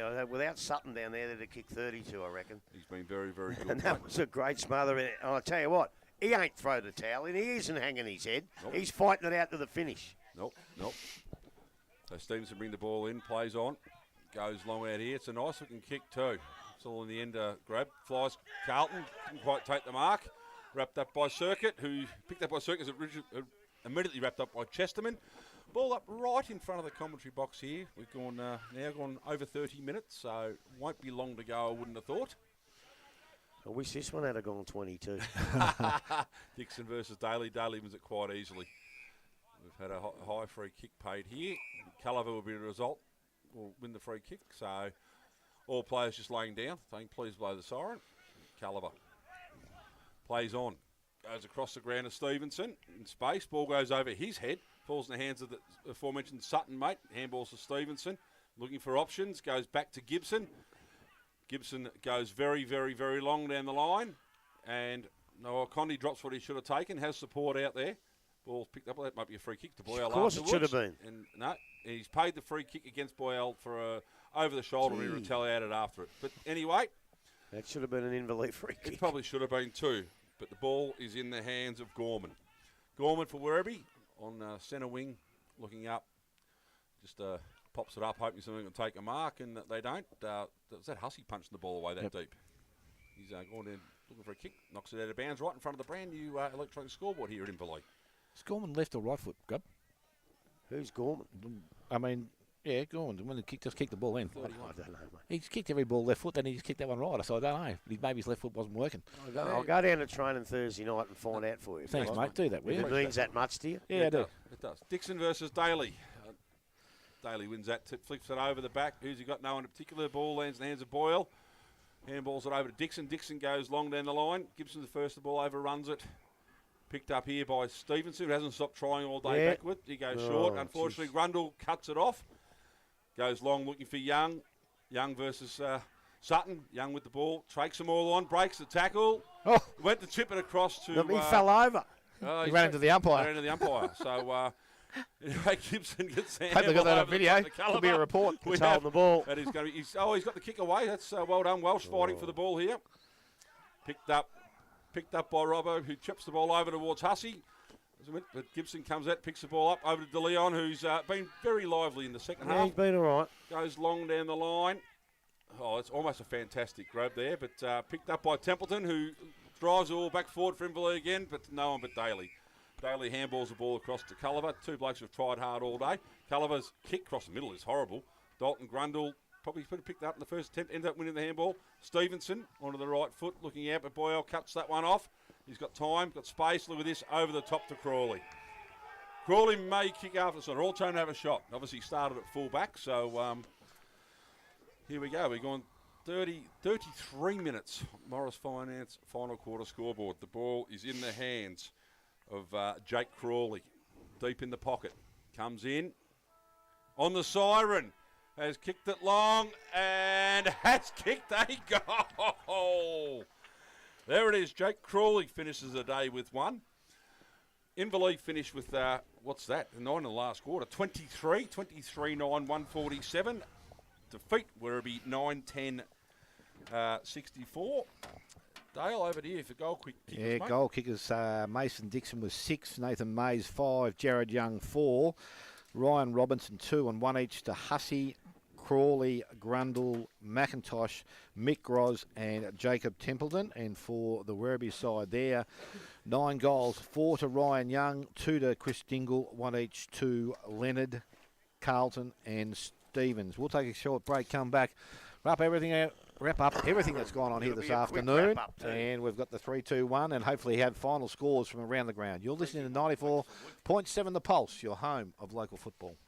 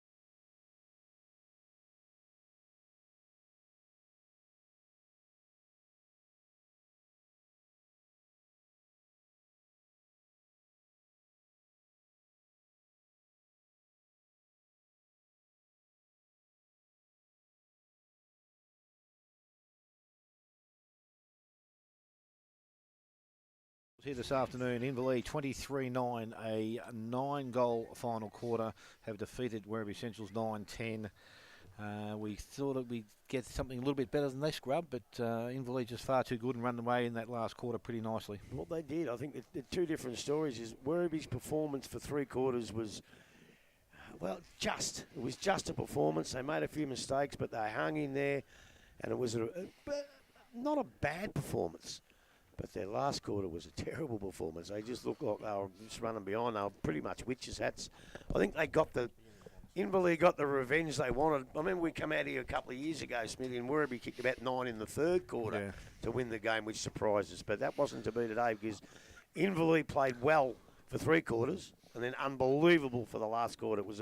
It was great testament to them because their form hasn't been great, and they've come out here today and I think they've not put the knockers back in their spot. And as I said during the call, if they continue to play football like that, then they will be a premiership contender. Because that footy today was clean. Werribee weren't clean. They got to the ball. I think I heard your call spot at one stage. A bloke went from arguing almost a good one. There were too many almosts. Almost picked it up. Almost didn't run over it. And there was just too many almost. They had too many players that were just too far down. And Inverleigh had so many players that were up for today's game. And they were just really, really good today. I'm disappointed in the end score. Because, as I said during the call, I think Werribee, the way they were playing, I reckon 4 or 5 goals. But now, what they've done to them in the last quarter, it makes it a really terrible performance. And you've got to wonder whether, after beating East Geelong, almost beating Thompson, and then all of a sudden, 2.5 goals, 17 points. Beat Belpo still. They beat Belpo still, and then they come here and dish that up and get absolutely slaughtered in the finish. And you do wonder whether they are, well, I don't think they're a premiership contender at this point, but now you've got to wonder, are they a Final 5 contender? Well, fair summation, Grub. They're in it. You're 26 points down at 3/4 time. You get beat by 87. That's that's putting the queue in the rack. Was it hockey? It's a 3-chucker game, not a 4-quarter game. So very disappointing their final quarter. They just didn't seem to hunt the ball like they did in the first 3 quarters. They showed glimpses of really good patches, but again, the first 3 quarters. The last quarter was, what are you doing in the coaching staff? Just go wipe that out of the memory? Well, you probably can't, because you played a side that you're above on the ladder. Let's be honest. And you said yourself at the start, it's not often you come in, you can pick a side, pick wherever it's the top 5 side or top 3 side. Yeah. And they dished it up in the last quarter, which was very, very disappointing. It was. That's the season it's been, though, hasn't it? To be honest, really, if you look at Belpo still with Belmont Lions a couple of weeks back. Bannockburn only just beat Werribee, then Werribee going to beat East then beat Bannockburn. So it's I think if you're off by any degree, whether it be 5%, 10%, or 20%, you're going to struggle to win games of footy. But the difference between what you're saying is that a lot of those games were a point, couple of goals here and there. Yep. This has turned out to be a public flogging. Yep. And that's what you can't afford. 15 goals. As I say, to not play well and get outplayed and get beat by 5 goals, you could accept that and say, all right, we've got to play better next time. But that's unacceptable. That performance in that last quarter is unacceptable. And I reckon the coach will say that, and Bucky and all the boys, they'll say that, and they'll get on the track this week, and they'll have to put something in because it was absolutely terrible. It was a disgraceful last quarter. And I'm not taking anything away from Inverleigh because I've already said it was a magnificent last quarter. They played everything. But in the end, they're kicking goals out of their bums because there's no pressure on them. And these blokes who don't normally kick goals are kicking goals. And Crawley's kicked a goal, and from the banner line, mind you, because there's no pressure on them anymore. It's just party time. And to me, in the end, it was a terrible, terrible performance in that last quarter. As I've said a million times, if they play like they did and get outplayed, looked like they did all day, but hung in there and get beat by 5 goals, I can accept that. But I cannot accept a disgraceful lay-down performance in what they gave in that last quarter. And believe you me, if it was Inverleigh did that, if it was Bannockburn, I'd be saying the same thing. I'm not in no bias whatsoever. I call it as I see it, and that last quarter was a disgraceful performance. Well, it said you had Crawley, Mick Groz and Jacob Templeton all kick goals in the last quarter. Yeah. They spend the majority of their careers in the back line. So it just shows the loose checking, the lack of care, I suppose. Well, That's the way it appeared. Look, I said, taking nothing away from Inverleigh. Inverleigh did not let Werribee into the game in the last quarter at all. So they took, as I said, Dale, if you're off by 10% in this comp now, it's going to happen. We were marvelling at, Winchelsea last week, with that dished up, and this probably has the same effect as that. You got a side wanting to play finals, a side who, are getting players back slowly, who have been a perennial powerhouse for the last few years, just can't quite take that last step. And, Werribee off by 5 or 10%, and you end up with a 14-goal hiding. Yeah, but the problem is they're off by 5 or 10. Their last quarter, they're off by 80. Yeah, and that's what happens. Yeah, Bannockburn have won by 17 points too, Grub. I just got a message through, So. Okay, well, I got nothing here. Yeah, I got nothing either. Oh, yes, I have. Yeah, that might be the final score there. 10-15, 75 to 8-10, 58. Yep. Final here, East Geelong 18-7, 115 have defeated Belmont Lions 7-6. Get these votes over and done with so we can go on. Well, you want to go first then? I haven't even done mine yet. I haven't really either, but... but I'll do mine first, okay. if you want. You do yours first then. You're all saying how hard it is. I think it's easy. Okay. I gave... Well, the 1 and 2 you can raffle. Yep. But because he's a young bloke and the other bloke's been around a long time, I'm only going to give 1 vote to Maisie. I thought he was so dangerous. Even in that first quarter, he was so dangerous, and I thought he was terrific. Yep. I gave 2 votes to Mason Dixon, 6 goals in any game. Even though they ran out big winners, I still reckon the 6 goals. And when Werribee looked good, he's just a freak. Donohue's just a freak. And without him in that first quarter, Werribee could have been 6 or 7 goals up. He was just magnificent. He got my 3 votes. Dale? I've gone 1 vote to Jacob Templeton. I thought his game in defence and just his clean-up work through the back line was really good. I did give 2 votes to Nathan Mays. I thought probably the most... I suppose 4 quarters of football that I've seen him play, he's a dangerous bloke, as we said before the game, Spider. He only needs 3 or 4 kicks to be an influence. He kicked 5, but I think he did more value today further up the ground, which he doesn't normally do, and I thought it was exceptional. And I gave my 3 votes to Casey Meehan. I thought he started the game, and his second half of football, he didn't have much of an impact in that second, but the way he started clearances from the middle of the ground and then finished the game off, I thought it was one of the better games I've seen Casey play in a long, long time. So I gave him my 3. Okay. Oh, so the pressure's on. Okay, I gave 1 to Mays, straight up. Again, I think you're right, Dale. It was how many you get around the ground, but you said he gets 3 or 4 kicks, gets 3 or 4 goals. Well, he probably had 20, 25 touches used everywhere. I gave 2 to Buck. I thought he was set the game up early. And Donohue. I gave my 3 to Mason Dixon. Not only kicked 6. But also went to the ruck for, probably a full, by the end of the day, a quarter, and gave a good showing around the ground, took marks around the ground. So I gave my 3 to Mason Dixon, which is going to make life interesting, Grub, because we have 2 on 5. Who's on 5? So you got Mays on 4, you got Dixon and Donohue on 5, Templeton 1, me and 3. See how this idiot wrecks it again? He never gives Donohue a vote. That's a disgraceful part of the commentary. Mate, you and I could have got 60 kicks in the first quarter if we were playing out there today, playing by ourselves. Yeah, but he did do it. I was going to give you 3, Grubby, for that stupid thing you did halfway through the first quarter. Stupid. This idiot here doesn't give Donohue a vote, and yet he runs around saying, nah. He should be banned from voting. Well, what are we doing? Grubby? Well, I don't know. It's never happened before. If somebody had been decent, proper votes, we would have had a winner. Well, what are we doing? It's got 5 and 5. Well, let's just give them both one. We'll worry about that when we get to the end of the year. We'll take 2 off Maury, eh? Who is it? Adam Donohue and Mason Dixon. Right, we're giving it to Mason Dixon. There you go. Mason Dixon is our player of the day.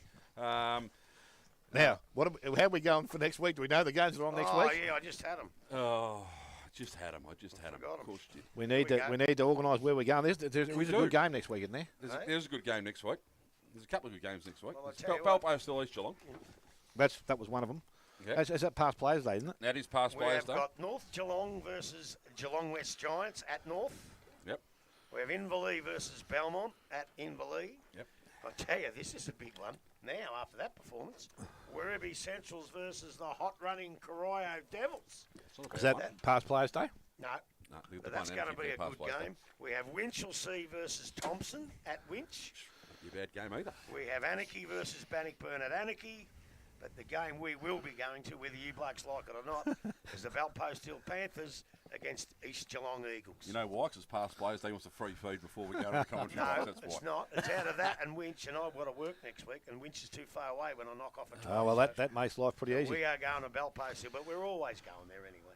Yeah, okay, so match of our round next. Our broadcast game next week will be Belpost Hill versus East Geelong Is that from one and Myers one? Reserve. Is that 1 versus 2? Or No, two Thompson is versus still on three? top. 2 versus It'll be 3. Yeah, 2 and 3. So, well, off to Myers Reserve next week, which will be the Past Players Day. Blue McGrath as their guest speaker. Oh, blue. Yeah. So And Dale, you're going to get us in for a free feed, eh? I'll sort that out on the way home, mate. But I'll make sure you're in for a feed. But the feed will be on at 12:15. You won't be there in time. Bad luck. So we'll have to. Dale will eat yours. I'm Your working. day's done that I'm before. working next week, so I'll be leaving work at 12. But it only takes me 10 minutes to get up to Yeah, you're a bit Belpost. close. You're a bit closer than Grubby, mate. And you reckon that's the first time he's eaten me lunch? Look at the grand final, though. Ate your fingers as well, didn't How you? do you spell Dixon? Is it Dixon, mate. Yep. The Mason-Dixon line. All right. Well, that's it for us. We can. I thought it was decent. Oh yes, we better. Is it D-I-C-K-S-O-N? I don't know. think so. Look at the, Oh, don't tell me that now after I've already written it. Well, that's, Spider. I'm thinking it's CK. I think it might be CK, but anyway, it could be a. Where are we? You're going to get the right. That's Bannockburn, mate. You're not going to get it at Bannockburn, so it could be Dixon anyway. Let's not forget, come Monday, we have our second commentary team member turning 61. So great. Mason Dixon, D-I-C-K-S-O-N. Well, rip that up and throw it, write another one up. You'll be fine. Who cares, Grubby? Grubby 61 on Monday, so happy birthday. 63. Dale's older, he's not happy about it.